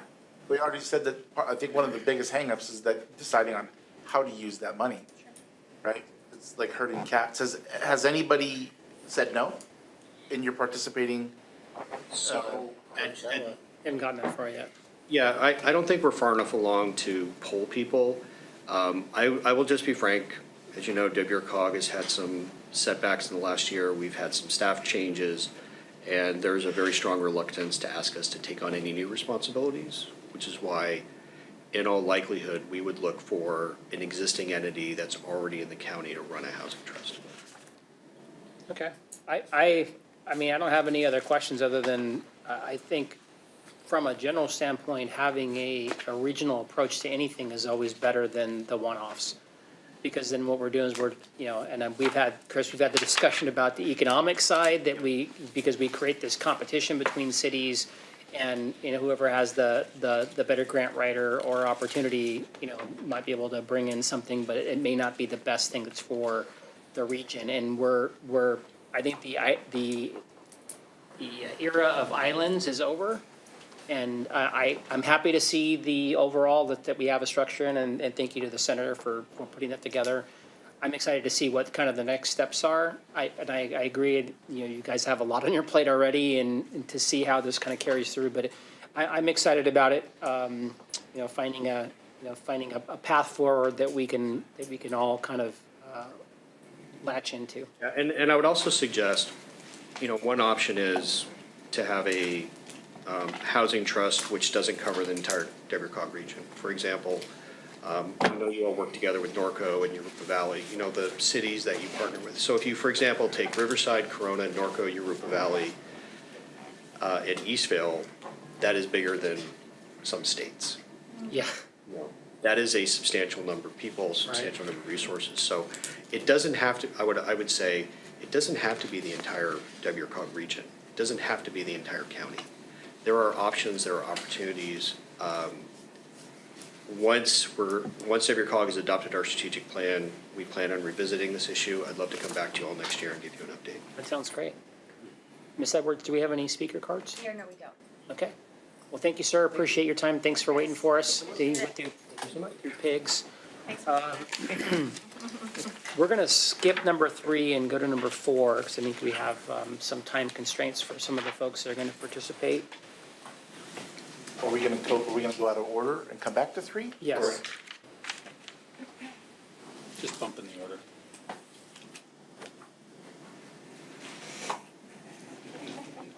She doesn't sit next to you anymore. I so know. she's good. If you were smart, you would have sat by me. I'm the middleman now. Take a 10% rake. It's a passing fee. There we go. Thank you.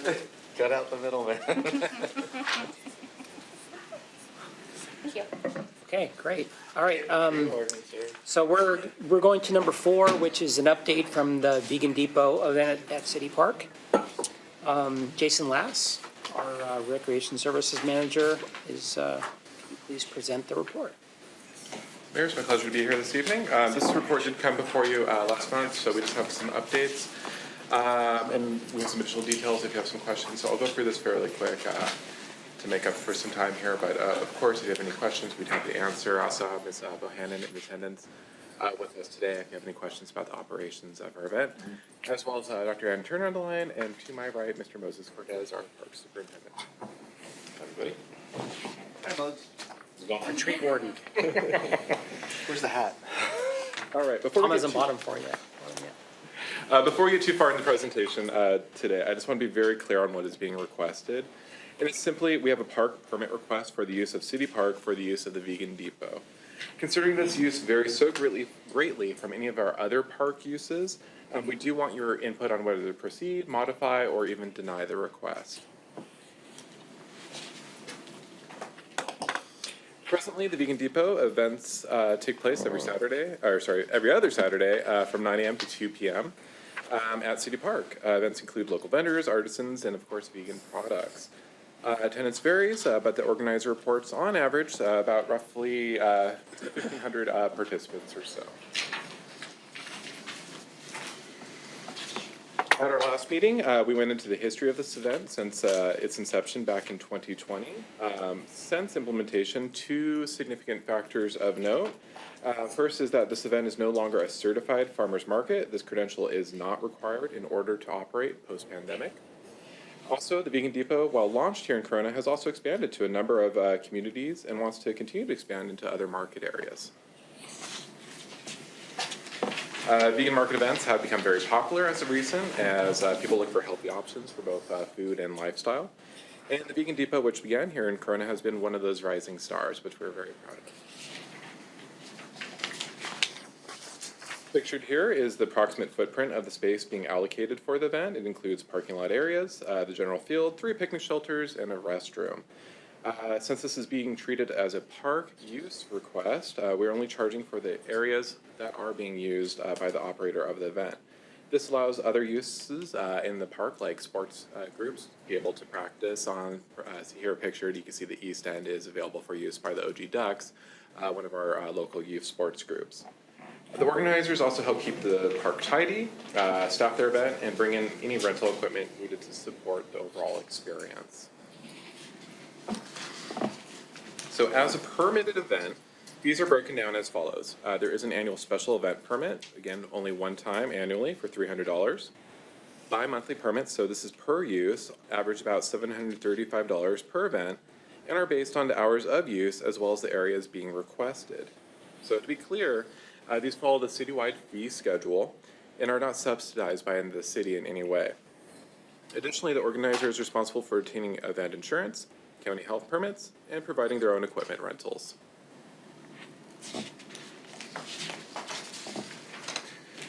Considering that this event takes place at City Park, we receive a lot of questions regarding whether the fees received from this event actually offset the cleanup. And while this concept was discussed originally back in 2020, the city has since committed to the cleanup of the park regardless of whether events, programs, or services occur. So this is really consistent with the city's level of care for the entire park system. So regardless, we always take care of our parks and we want them to be at a safe and usable standard. And I think a lot of our residents, and I know our team here, really desire to see this park return to its former splendor. Aggressive cleanups and programming are key in our strategy for the reactivation of this site. The Parks team is now cleaning the site on a weekly basis, and again, this is not related to the event itself, but to make sure it's at a safe and usable standard by our residents. So according to my friend Moses here, the site still isn't without its challenges, but the increased cleanup has lessened the number of issues they're responding to. Deterred encampment, high levels of vandalism, dumping, and other illegal activity. Increasing the frequency of the cleanup has also reduced the number of staff and hours required to do the cleanup. So back in 2020, this was a whole day effort requiring a whole team of folks to really go in, shut down the park, and put countless hours in to get it back to a safe and usable standard. Our increased presence has allowed us greater opportunity to provide support services for our unsheltered individuals. So if there's individuals who are seeking support, are ready to move on, are looking for housing options, we're providing more connections and linkages that could support them. And overall, this increased cleanup has lowered the overall cost to the city from $20,000 a month to, and this is back in 2020 when we were first doing this, to about $12,000 a month as of present. And again, this is budgeted regardless of whether or not an event is occurring. We are doing this as part of our cleanup as we would for any other park. So back to the event itself, we have a few things to consider. Events like these do activate challenging locations like City Park with positive programming, which can help revitalize the area. It provides opportunities for local groups and unique vendors to establish and increase their customer base. It's an attraction that benefits a sense of place for our residents, as well as attracting tourism to town. And of course, it promotes a healthy and active lifestyle, which is always a good thing. Chief concerns for this event is that it could conflict with future park use if this ever becomes a popular site, in which we do hope it does. And then, this type of use isn't something we typically see in any of our other parks. This is the only one with the unique opportunity where we could do a recurrent use. The use in place is of a commercial nature, and I think, the question is, do we want to establish commercial precedents within the park system on an ongoing basis? We do not do this in any of our other parks throughout the system. And this is really why we have been returning and bringing this item back for your consideration. So try and keep it simple tonight. The ask is this whether we want to extend the Vegan Depot into the new year here for 2022. And I think, all of us are really excited to see this succeed during the pandemic. It was actually something we could do, and we're very proud of. A year out, this event and similar events are more prevalent and frequent throughout the area. If this event and the president says are no longer in the best interest of the community, we always have the option to reject the recurrent use. With that said, that concludes my presentation. We do have Dr. Turner on the line, Moses Cortez, as well as Ms. Bohannon present, if you have any questions. Thank you, Jason. Ms. Casillas, do you want to go questions first, and then we'll go to recommendations? Okay, Ms. Casillas, clarifying yeah. questions, yeah. So this permit cost breakdown, you're saying the cost of putting on the event for the Vegan Depot, would any other group would be paying the same price, $735 per event and $300 annually? Yeah, so they're paying the resident business fee as per the fee schedule. Okay, so there's nothing subsidized in the permit costs. Correct. And then for the cleanup costs, while they've decreased, I think there's been a little bit of a shift. This is now a budgeted cost in our annual budget to clean it up on a weekly basis, whereas initial. Who's that? I'm sorry, can I jump in? Absolutely. Councilmember Casillas and just chat a little bit about that. When we brought this back to you in April as a council to consider, and you extended it for 6 additional months, we were in the middle of the budgeting process at that time, and we were estimating what it was going to cost per month. Looking at cleaning it twice a month was costing us around $10,000. So we just doubled that and we put that in the budget. And so you will see over a period of time, beginning in May and June, we had that higher cost because we were using our full crew for the full time to clean the park. As we moved into July and August, we started using less of our guys for less time because what we found was the regular cleaning was less expensive. So we budgeted $20,000 a month. Our actual expenditure at this point is about $3,000 per cleanup, which is about $12,000 a month. And yes, that is included in the community services budget, regardless of whether or not we had this event in the park or we had no event in the park. We would continue to clean that park every week because of what we're doing with the unsheltered population and as a way to mitigate some of the vandalism and some of the drug paraphernalia and things that we have found in that park. Thank you, Dr. Turner. And my clarifying question was the shift in that direction, because initially the cleanup was occurring because of the Vegan Depot taking place in the park. And there was a shift in decision-making since we've initially started to now having it budgeted in our recurring budget to have it as a cleanup regardless of whether or not the Vegan Depot is happening. This is correct. This isn't just, I'm not just dreaming this up. That's right. Yeah. Okay, That is 100% correct. thank you. And what was the frequency of cleaning of the park before Vegan Depot? We were monthly. And it was a cost of? I thought it was 10. Yeah, we were right around 10, Okay. but So we're doing it once. yeah. Great. Clarifying questions? I'm clarified. Tony? No. Okay, I just had two questions. One, and thank you, Councilmember Casillas kind of asked my question. So really the difference is we're seeing an $8,000 benefit because of the frequent use. Yeah, we've had But really- compared to before, where it's basically it's a $2,000 increase. $2,000 increase in cleaning.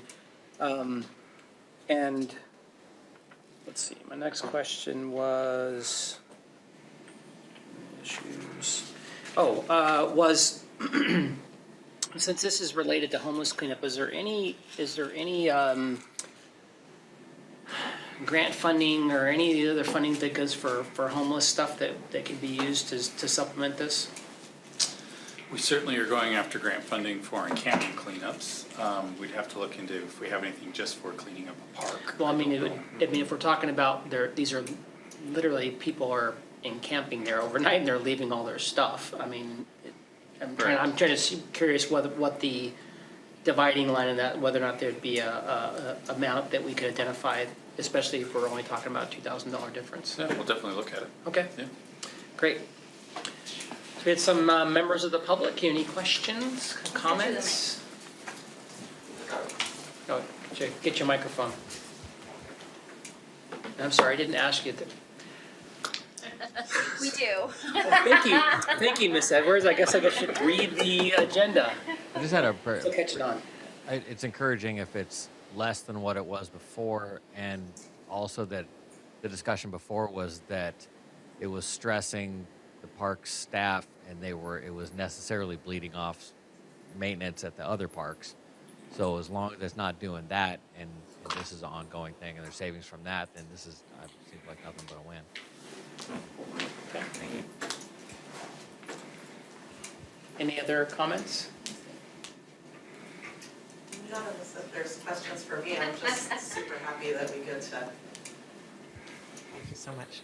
No, I'm just super happy that we can provide a place for, the small businesses that we do. So hopefully some of their business licenses also offset some of that cost. But ultimately, I think that it's just a huge benefit for the community and also the small businesses. And you guys have all been so gracious and helpful. So.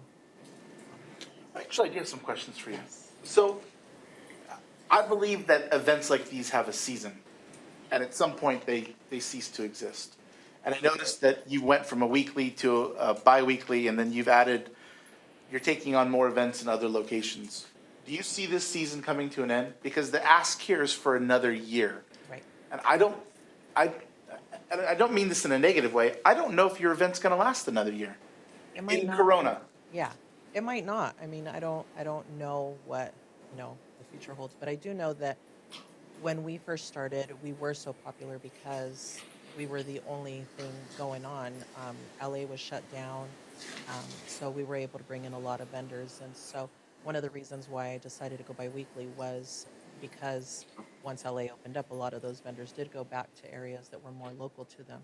So what's happened though is that we've also seen a lot of new small vendors, vegan vendors start up in the IE area.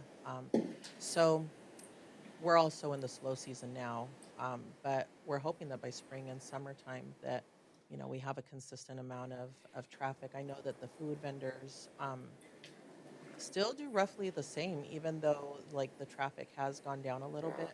Maybe not so much the non-food vendors, but people still come. We have a lot of regulars and we also have vendors.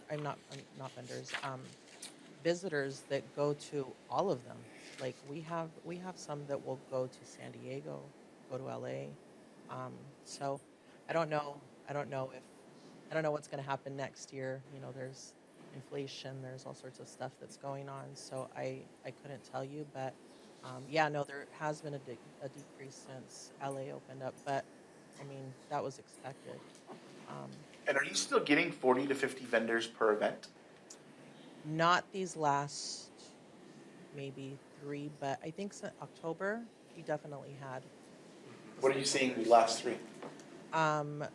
Well, it's been kind of an issue between having to get their insurance so my insurance company, which is Farmers, was doing a blanket insurance policy for all of my vendors. Apparently, she wasn't supposed to. And so when I started up Riverside, I had asked for them to do the same thing because it was just super convenient for everybody. And I couldn't get a hold of her, so I asked the broker, and the broker let me know that she wasn't supposed to be doing that, and then she was gone.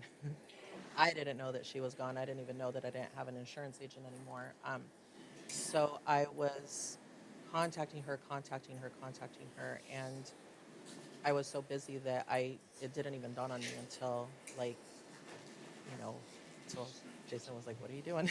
Are we doing this or not?" And so then it was a mad dash to get everybody's COIs, and that's time consuming when you're dealing with that number of vendors. And so it was like, okay, well, we can only have the ones that have the COI, so that brought down the number. So we're working on making sure that they're getting this last one. We had to cancel because only one out of all the vendors had it right. So which I'm working on making sure that they all have it set up so that they're having, once we get the dates for 2020, if we do, then they'll have all the dates, and then they can go ahead and set that up with their insurance company so that whatever we submit, that's good for the year. Great. I did have a question for folks that come in. Does anybody that displays there, they have to have a Corona business license? A business license is not necessarily required. There is single day use permits that can be obtained. Those, to my knowledge, have not been enforced. It's like $2 per vendor, and I was talking with one of the other departments. They didn't find it fruitful in the amount of time that was required versus the return to the city. All right, you just had mentioned So permits, for and I was us, like, I hadn't thought about that. But so the most important thing is that insurance is provided and accurate, because we do want to ensure the safety for all of our participants. And regarding the lifespan too, I should acknowledge that it's really up to Ms. Bohannon too as the requester. So, she's requesting a year out, but we do work with her also on a biweekly or bi-monthly basis, where she lets us know how many vendors she's having, what that footprint's going to look like. There's some times we played with the hours too, and we had some flexibility there. But if there's a life to this too, it's also, her decision. Maybe this isn't fruitful for us. She tried the weekly too, and that worked for a moment there. But, she's really thinking about these things and, where she wants to go with it. Mayor, I have a couple more clarifying questions. So the commitment for recurrent use, that just places that section of the park on hold for a year for this type of use, right? Well, it's an interesting use, and most of our park permit requests are single use. We want to have, our company picnic, we want to have a family softball game. We don't usually have the space that would allow a recurrent use where we could have a group have regular dates. So this is really kind of unique and different. Our policy does allow for reservation up to 6 months in advance, so that's something she could do. But I think for Ms. Bohannon as the operator, she's requesting the year so she can really focus on. I think the answer though is yes. Thank you. Yes. I'm just trying to get at the city's opportunity cost here. So I'm sorry. it's a recurring, it's a recurrent hold. It's kind of like what we have with the Historic Civic Center with some of our, right? Because they're trying to plan out a year in advance with their, okay, all right. In that last year, have we had any other request to use this space that has been in competition to the Vegan Depot? Has there been any other business or? I would say our biggest conflict is ourselves as the city, and there's a couple of dates we had to black out in advance so we can satisfy other events and happenings in the city. Of course, a big one being 4th of July. When we had the Wall That Heals, we were able to kind of work around that, so we were not impacting other divisions. I think we want to be mindful of the balance and with respect to the workload that our team can handle. And in those instances, Ms. Bohannon was very helpful.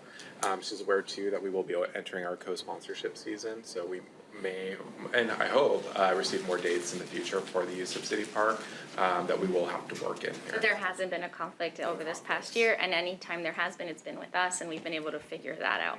Okay, that's it. Great, thank you. I just had one kind of legal question. Dean, Jason made a good point about this is a very unusual use, and we're creating this idea that basically that a park can be used for a commercial thing. I think this park is very unique because of the issues that we've had there. That activating the park is in the best interest of the city. It's creating an activation where, it's certainly well documented that the more activity you have in a public area, the less issues you're going to have. So from a standpoint of, hey, if we had, some other for-profit businesses said, hey, I want to take over, half of Santana Park, every other week, would we have a sufficient, reason to, or a case to say, I'm not tremendously worried about it from a legal standpoint, Okay. like somebody being able to legally force us to allow them to use Santana Park for similar use. I think it's more of a political pressure that you begin to get Okay. because you allow it. I think it's more likely that you get that kind of political policy pressure than somebody being able to force us to. Now, if you had somebody else come in and they want to do a similar thing in this park in a similar way on the off week, kind of hard to say no, unless you've got specific uses. So it does create those kind of issues, but I don't believe it legally opens up every park to being able to be used. Let me give you another example. You have the other farmers market in one of your parking lots, right? So we didn't really face the pressure of somebody coming in and saying, hey, we want you to open up City Hall parking lot for another kind of commercial use. So I think it's less legal than. okay, all right, great. I mean, because I just all, did want to point out that we do, we're providing a place for the OG Ducks, and they're not a nonprofit, they're a for-profit sports group. And we have several that operate in our parks. So, we don't make this differentiation in other places either, but I did want to just make sure I talked that out a little They're further. not necessarily making money in what they're doing in your park at that moment. Right, Yeah. okay.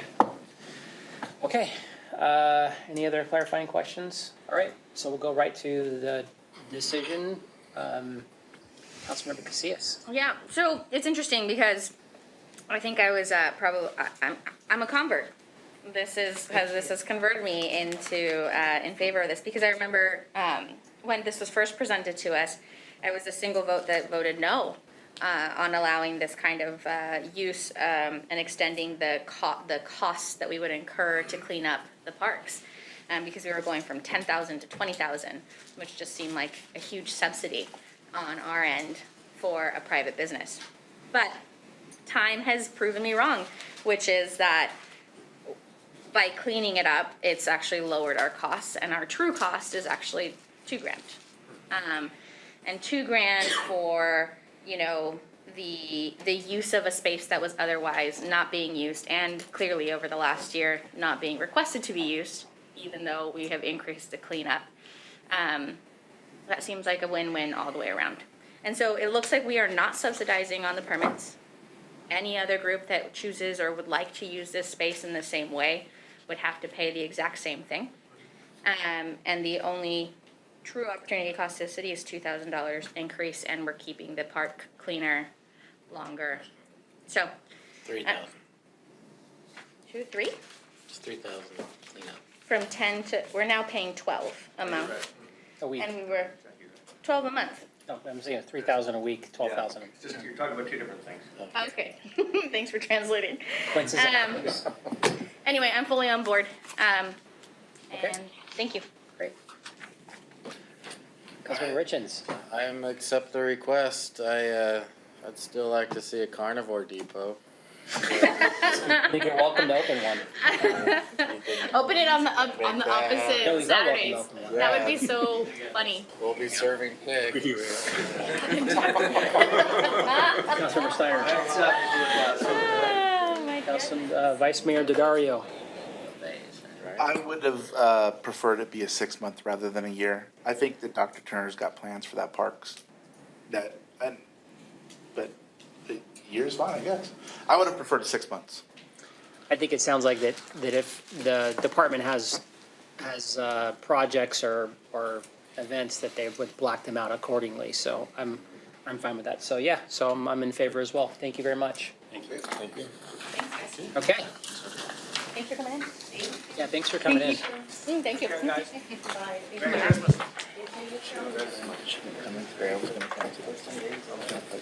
Thank you again. Bye, Karen.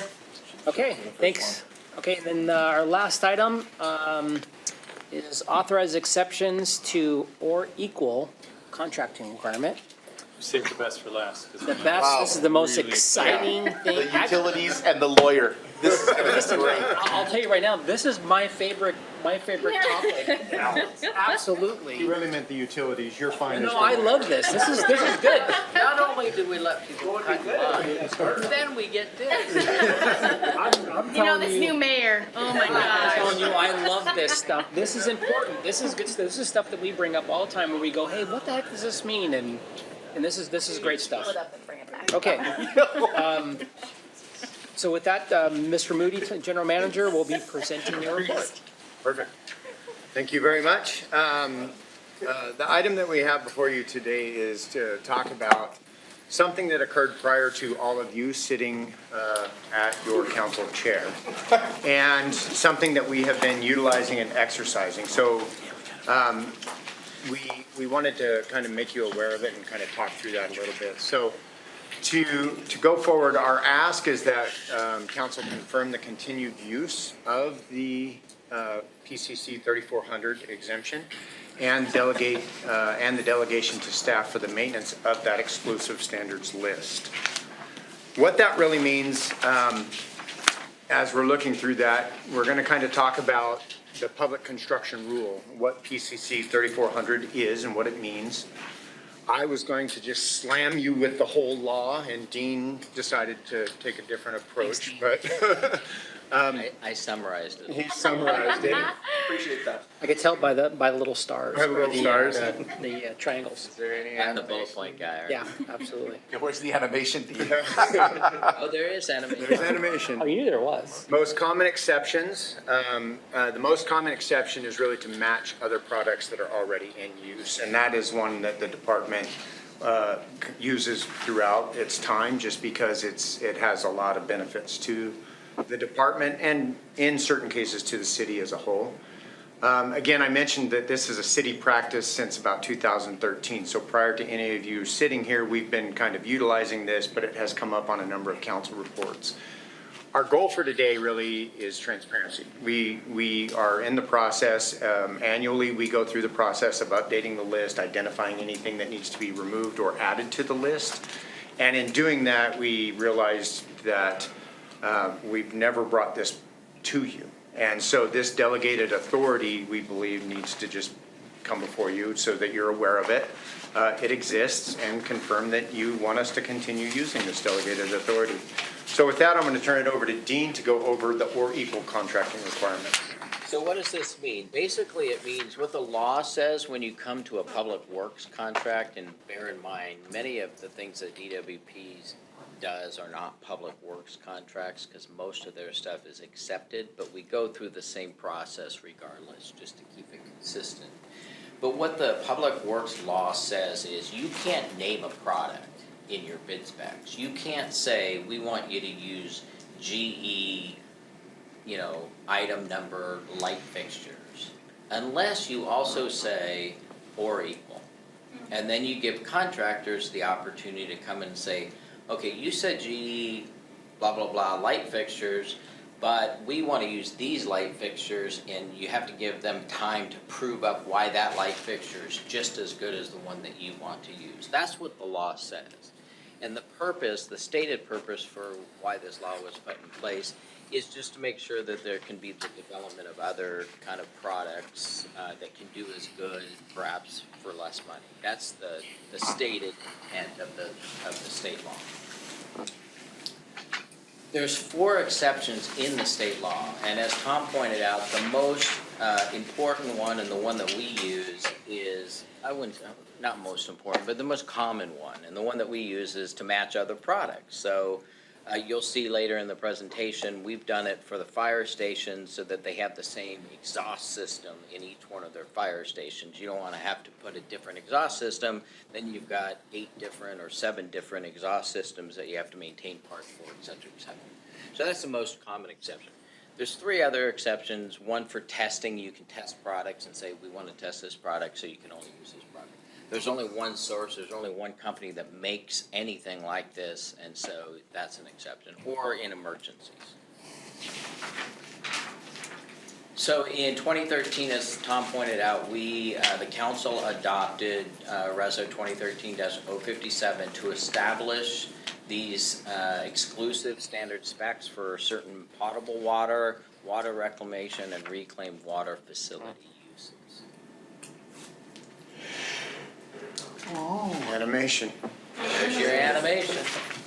So in PCC 3400, they also allow council to delegate authority to staff to do this. And that's what the Reso did in 2013. Also, it delegated to the general manager to maintain this list.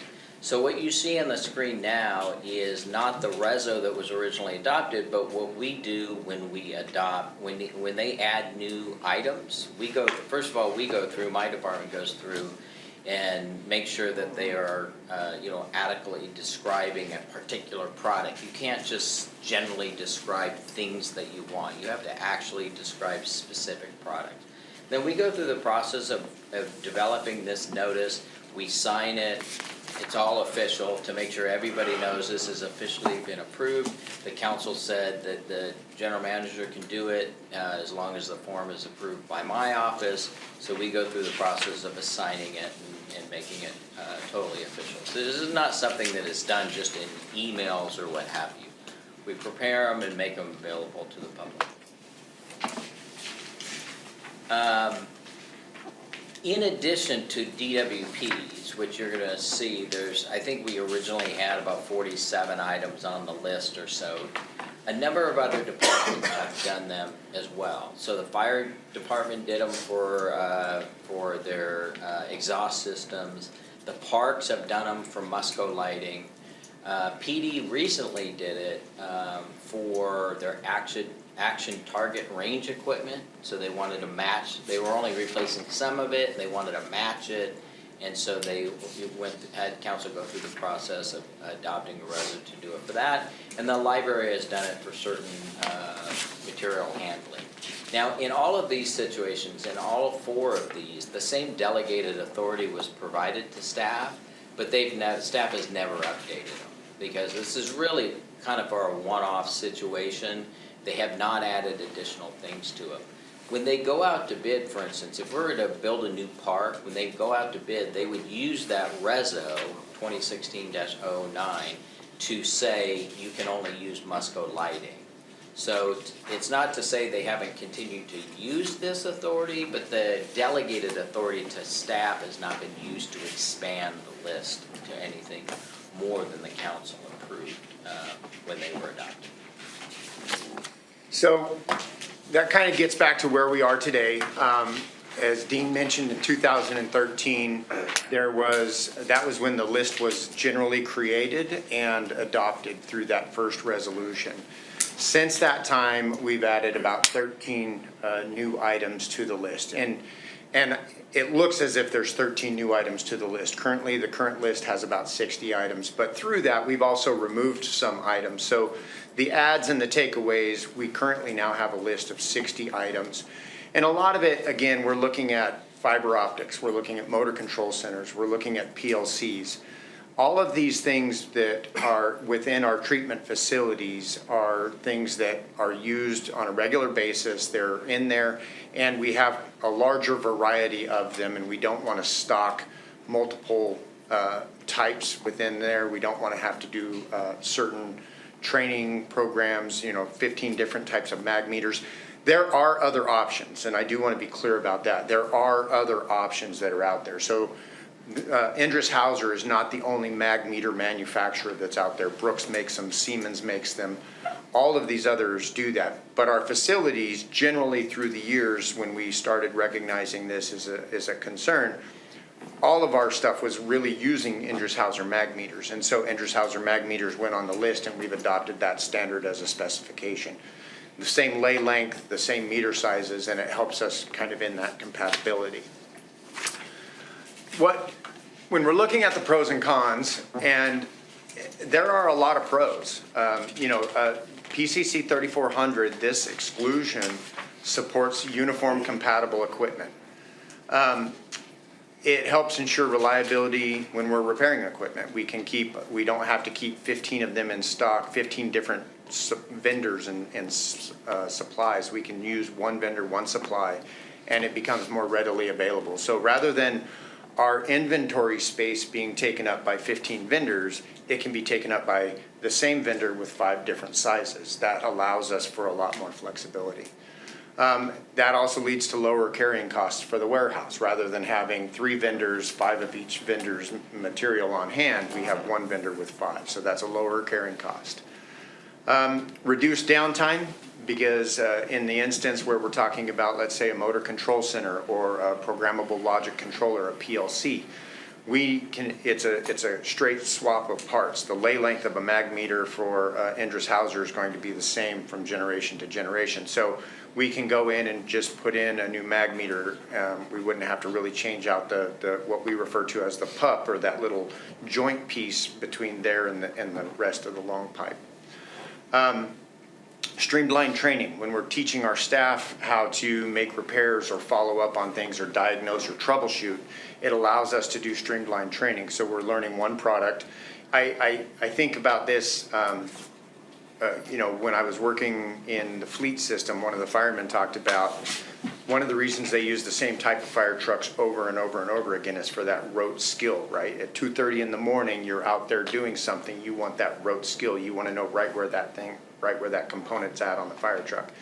Our staff are out there at 2:30 in the morning trying to get a plant up and running. We want them to be very comfortable and knowledgeable in their equipment that they're changing out. And so that is a streamlined training process, and that improved expertise on those specific products.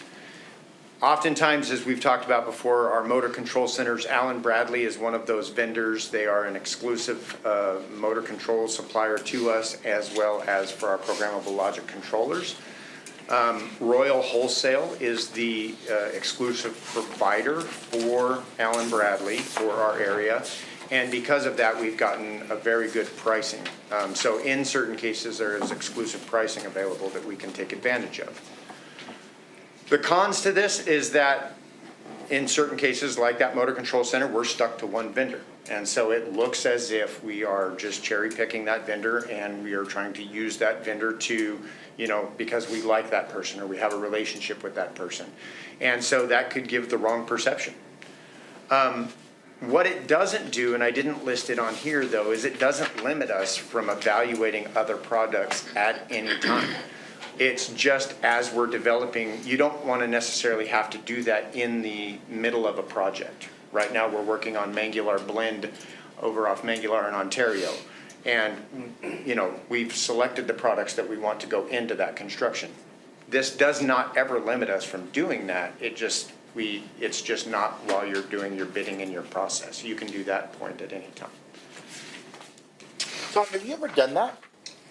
Yeah. So like in your example, you're building Mangular now. Correct. You've designed it with the components that you want, and I'm sure you designed it, a year or 2 years ago or whatever. But in that process, when was the last time that you looked at something and said, you know what, Endress Hauser, their flow meters are pretty good, but I've heard some other things about other company. I want to look at other company. How often do you do that, where you're researching these parts against other manufacturers? So in certain cases, we have people pitching to us all the time. Sure. I can't say that I specifically do a mag meter by mag meter comparison. That has been done with our engineering group. Vernon Wiseman has done that probably 4 or 5 times. And we've actually switched products. One of the current products that we're using right now is our SandCon lining product. And SandCon is an exclusive provider for us. They provide wet well linings and other lift station linings. Vernon was approached by a company that says they're equal to or better than SandCon. And so we sat down with them. We all talked to them as a group. We brought in the field guys that deal with it. And we're giving them a test run. We're using them on a couple of manholes. We're putting it out there. We want to see what their product's going to do and how it's going to hold up under hydrogen sulfide conditions. So I can say not every day, but probably a few times a year, we have people who will come along and ask us to evaluate their product, and we have no objection to doing that. So the genesis of it is some enterprising sales professional says, hey, Like, yeah, says, hey, I've got a widget that is just as good, but probably better than the current widget that you're using. And if they make a compelling case, you'll at least look at it and entertain the idea that it might be a better product than what you're using. that is one catalyst. And I would say that the second catalyst is that we listen to our field staff. If our field staff are coming across components that are failing regularly, or our mechanics are seeing issues with something, or the vendor is falling away and not providing good support, we will change our components. We will look to and start searching on our own for those energized and energetic salesmen. So I guess that, so I am a sales professional and I get, So you say. and I pitch products to people that I think are better than what they're using, and I have my own process, but so I get that, right? I speak that language, but what I'd like to know actually is how many of these items have you listened to your field staff and said, hey, this thing's a pile and let's look for something else? I mean, does that happen often? It does. It happens often enough. As I mentioned currently that there's 60 items on the list. And when we reached out to our field staff, they came back with, they wanted to add about 38. And we said, whoa, that's not what this list is for. And so we are working through and evaluating those 38 items that they would like added to the list to see, if they meet all the criteria. And again, as Dean talked about, we have a criteria that we need to follow, and we need to kind of move through that process. So we listen to them regularly, and I would say since 2013, we've swapped out a few items and added a few because of that. Okay. Primarily, I will say that occurs at the engineering level, because when you're doing a comparison or equal, it's usually the field staff, the technicians that are finding the issues that need a different product. And then we let our engineering firms or engineering group work on developing what that new standard should be for the department. And if I can jump in there to tag on that, so what 3400 would require you to do if you did the or equal, it makes you do that or equal prove up in a very short period of time, which oftentimes isn't enough time, and so it can end up delaying your project because it takes longer than what the statute really requires you to do. So what Tom is suggesting is that the process that we have allows you to more fully evaluate that at a time where you don't have the pressure of awarding the contract and to make a decision. Yeah. Okay. Councilmember Casillas, do you have any clarifying questions? Nope. Councilmember Richards? Just comments. Okay. Tony already asked yours. My question is I wish that we would have had this presentation at the beginning of our councildom, because this answers a lot of questions that I've had over the last couple of months where I'm going, why are we using only one product? Well, I mean, that. Well, we're glad we came. Yeah. Thank you. Better late than never. So I have a few questions. This is like one of the things I've been questioning since I think the very first meeting I ever attended, way back when. I can't stand the single source. I think Councilmember Casillas and I would chide each other who was going to bring it up first. And I appreciate you kind of explaining how the spec could change as folks are doing this. However, I'm worried about that there is not a defined process for innovation. I think if you're continuously using the same product, that the opportunity for innovation and differences, we're relying on somebody to come in and that's pitching it to us, and it's an opportunity versus that we're looking for ways to be better. And I wrote the notes to myself was, prevent, I call it the DeWalt-based bias. You look back, and no offense, Tom, but back, 10 years ago, DeWalt was everywhere, and everybody had to have a DeWalt because DeWalt was the one to get. They still should, by the way.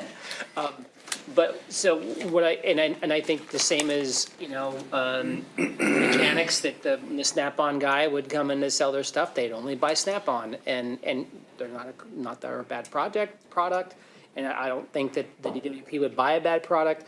I'm just curious about how we equate what that we don't leave the innovation part out, that we somehow find a way either to reward it or we're constantly looking at those things and it's not just a haphazard thing or, granted, I don't want to discount what the guys in the field are saying, that they see, hey, a product that fails over and over again. But I don't want to see that list grow because I do want there to provide competition because we've seen it already that literally you get one bid. And it's from the one company, and I get that they're the Royal. What was it again? Royal Wholesale. Yeah, that They're the supplier in the area. right. They're they have the exclusive rights to distribute that, and I worry about that from a cost standpoint. So if I can jump in there. Sure, go ahead. You bring up a great point because in our industry, there's a lot of information and there is a lot of what I would refer to as social engineering. We get out there and we're talking to, for example, we have a desalter. There's 4 in the area. We're talking to the other desalters in the area and we're talking about, hey, what's working for you? What products are working for you? We're having this problem. There's a lot of problem solving going on, and that problem solving does lead to that innovation. We will run pilot. We have a pilot plant for our desalter, for example, and if somebody comes along and says we need new membranes, are these 400 Ds the same membrane that we've been using for a long time? Are they still what we need? We'll run a test through our pilot program and test 2 or 3 different types of membranes. In my professional opinion, I do not believe that there is any lack of innovation in that we are constantly reading, studying, continuing education credits. We are looking for new. Water and wastewater treatment is a constantly evolving area, and we, like pig depredation, we hear from Australia and anyone else who's in a drought on the better ways to do things, and so I believe it's there. Okay, all right. Okay, do we have any questions from the public? Sylvia, do we have any speaker cards? No, you don't? Okay, great, thanks. As you might imagine, this caught my eye today, and I spoke to 3 different people, both in the finance and procurement business with 3 different agencies, and they immediately said, why the hell is the department bringing this to you instead of finance? Why isn't finance here? Because to set up a thing like this, there's no accountability long term. There's no finance. Finance would normally be involved in this process to make sure that ridiculously overspecified items don't end up on this list, like PVC pipe. It's really on this list. I mean, they didn't include a real list in this presentation or in the attachments, but when just a brief look at it shows that there's commodity items on there. Commodity items. I mean, common stuff you can pick up at Home Depot. And I guess the game is, from the 2 people from the 2 different agencies, Public Works and DWP, that I spoke with, is the game is to overspecify things. Whereas then you say, I can only use 87.5 octane gas that I can only get from Steve's gas supply down the street. And there's no long-term accountability that says we do this or we don't do this. I mean, it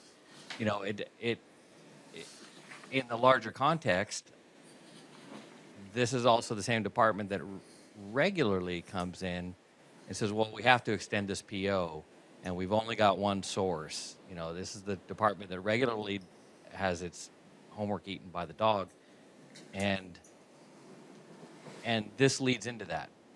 So when you say, well, we've only got one source and we got this special pipe and we got these special valves, and these kind of systems left unchecked lead to that, because we don't have a regular, it seems a regular workflow that says, well, we've got a 3-year PO here, and then we're 2 years into it, that you start looking at the sourcing for this item or these groups of items or who this supplier is. We don't do that. So what happens is we run out of this filter or we run out of this chemical or we run out of this piping or this valve, and we have to end up extending a PO, and stretching it out, or we've only got this one group. I get it for the hangars for the firing range. I get it. But PVC pipe is not that kind of a thing. And water valves and shutoffs, and saying, well, we don't want to have a different kind of valve because we might have to use a different stub on the end of it. Well, they come in like quarter-inch, half-inch increments. It's not an infinite number once. You kit them up, and you get a different valve, you put a different nipple in the end of it because you know what the total length of the whole thing is. If you know what the length of one thing is, you know what the length of the other thing is. This is, that just seems, just from a practical, mechanical sort of a sense, it seems like a ridiculous argument. So, some of these things are built to standards. A 3/4-inch pipe nipple is a 3/4-inch pipe nipple, and it really doesn't matter. You buy from this company or that company. Schedule 80 PVC is Schedule 80 PVC. Schedule means something. Schedule means something in the construction term. There's standards for that stuff. So, so just to throw this out there and say, well, this is going to reduce the cost, it just seems kind of ridiculous. So, anyways. Okay. Thanks. Thank you. Yeah, I guess there wasn't a list of things that were on here. It brings up kind of a good point there. Who does check this? What is there a group that checks this to make sure that we're not overscheduling things? I mean, is that Yeah, so as Dean had mentioned, this does go through a process that we look at. So as these, sorry, let me get to the right slide. That's where animation comes back. So this is a process that actually occurs through Dean and I. So Dean and I, neither one of us are adding items to the list. It's typically our staff, my staff or city staff that are adding items to this list, either from the maintenance department or the warehouse or the engineering department. Who vets that before things are added? So that's where it actually comes to me. So I need to go through and evaluate basically what's on the list, why we have it, why we're looking at it, why we even consider adding it to this list. Is it really meeting the criteria that we have outlined in our SOP to add it to the list? And then we would go through and sign that off. Dean, you talked about that earlier, where you said that your department vets the language so that it's not overly specified, so that only one supplier could possibly supply it unless there was a situation where there's only one supplier in total. We vet the list so that it's not a broad, vague description of things. That we make sure that it's very specific, so that they don't vaguely describe products that could be a broad swath of things that it could cover. We make sure that if you're going to add something to this list, you're going to give us a part number. You're going to give us something very specific, that you're making the required findings that you need this because it has to match things that are already in existence, and you need it to, increase the efficiency of training and all the findings, the things that we've talked about. Those are things that Tom is expected to evaluate those criteria and say that it matches that this particular part matches those things. Let's say Dean, you're really looking at making sure that somebody can't come back and say, hey, I have something that meets the specification. You have to honor my. You have to honor my bid. We're requiring it to be very specific. We're not doing a value assessment of whether it is a good business decision for Tom to be making that. We're making sure that it's something that's very specific, and that his reasoning for why that criteria are being met makes sense, and we can defend it against that criteria. A good example of this is when we build chemical systems. So we're using everything from 93% sulfuric acid to 12.5% sodium hypochlorite and ammonia and a number of other things. We want to use what's referred to as a CPVC. So it's a chemical resistant polyvinyl chloride piping system, right? So CPVC. I don't care who supplies that. At the end of the day, who supplies it is irrelevant, as long as they're supplying CPVC so that it is chemically resistant to those chemicals. That's schedule. And if they can, if there's 3 or 4 vendors in the area that can provide it, no issues, no problems with that. That's not a concern of ours. Same with Hastelloy, same with Ocal conduit, right? What we don't want is we specify we want Ocal conduit on our jobs. We don't want EMT. EMT is obviously a lot cheaper than Ocal, but when we're building out a wastewater treatment plant that is subject to hydrogen sulfides, Ocal conduit lasts a significantly longer lifespan than EMT conduit in those environments. So our specification is Ocal conduit, not who provides the Ocal conduit. And that's important for us. So we're only in certain cases do we end up where we're specifying Allen Bradley Motor Control Centers because we sat down and evaluated that as a team. That specifically now turns into Royal Wholesale as their regional distributor for that product. That's where we have that unique circumstance in that case. But for the most part, we're not really concerned about who provides it so much as what that actually is. So Tom, how do you prevent that bias? I mean, how do you evaluate that from that the technician just likes, Johnson Controls version of this versus some other one because he likes the way it looks or it's a cool color like yellow? Well, can I answer that? Sure. So The point You did say Tom. I say Tom, it's true. Fairness. with industrial work, you are dealing with very complicated controls to where if you introduce more than one system, like if you get away from Allen Bradley or whatever, your guys are gonna kill you because they're so used to working on one system. Totally get that part. Yeah, so if Allen Bradley starts to fail and their quality goes down, then someone raises a flag, and what he's saying is a tech in the field, like, hey, we need to go to Bradley Allen, in a different way. But to just switch systems based on who's more competitive, there's a time where you say maybe competitive shouldn't be as a focus as what our guys know and deal with. And I think that's where the wisdom in us is to maybe back off a little bit there, even though maintain the spirit of competitiveness for sure, because that's the right thing to do. But you also have to recognize the sophistication of the systems that are in place. And it sounds like this policy allows for that. It allows for that. Yeah. And you have a checks and balances. You have Dean. You have a legal department that's. Well, he's preventing the other way. He's preventing basically from somebody coming in and just matching the spec that isn't necessarily what they need. And he's looking just to make sure someone doesn't go, hey, my price is lower, you have to use me. Great. And so to speak to Equal, my business, I love Equal.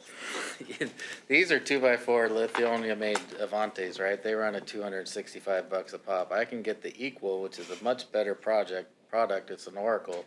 It's $150, and it's better than the Avantes. But because Lithonia owns the lighting industry, they're spec'd out on every job. So if I see an Equal on the plans, Equal is almost always less expensive, and most often even better. So you should be in love with Equals. And I wish more people would put Equals on the plans. It'd get much better pricing. But at the same time, for the sophistication that I'm guessing these 60 parts are, then you gotta use wisdom. Okay. You have to step back with the wisdom. And you're only talking about 60 parts throughout the entire city and all the contracting they do. 60 parts don't have the ORI. It's a very reasonable list to me, who works in kind of this industry, but I'm very appreciative that this got brought before us for our understanding as well. But let wisdom rule the day. Okay. Agreed. Okay. I'm 100% behind Councilmember what Tom Casillas. said. Councilmember Richins, exactly what taking a break Councilmember for Richins today. said. Okay. Councilmember Steiner. Gilbert, confirming to continue to use. I like it. Good. Thank you. Great, thank you. Appreciate it. Thanks for I know, sorry, this is the extended version of this, but it's a good conversation to have. Very good. So, therefore, the next meeting of the city council will be meeting on December 15th, and this meeting is adjourned. What's that? Here too. Hey, 5 good things. 2 hours and 22. And, had we been a little more concise. Listen, This is good. I figure you had 5 residents. Thank you. Good night, one and all. Night. That's good. I mean, we got 5 residents to come in. Yeah.